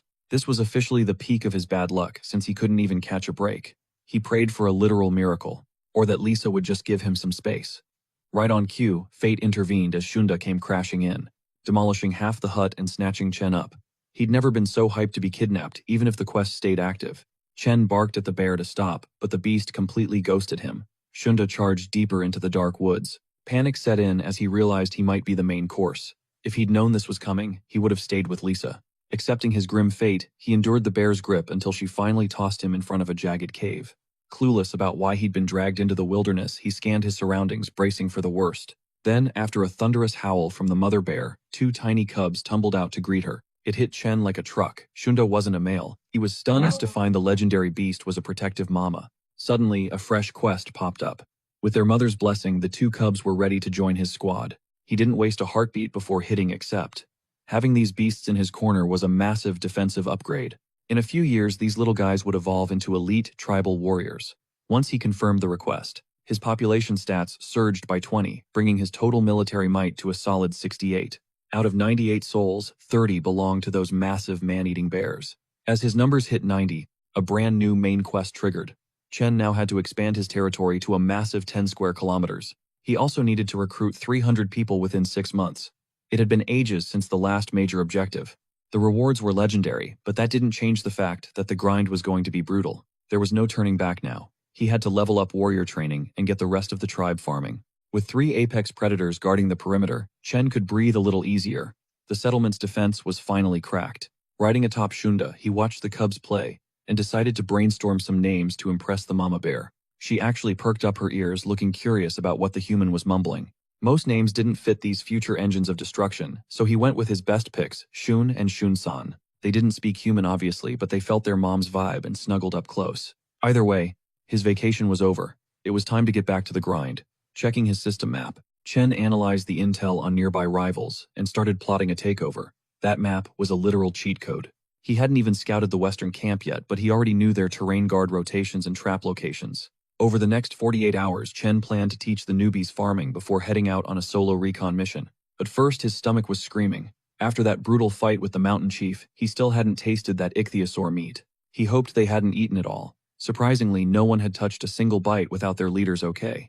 The village knew Chen was the undisputed king of the kitchen and waited for his recovery. 3 days flew by. His break was officially over, and our protagonist finally began gearing up for his trek to the neighboring tribe.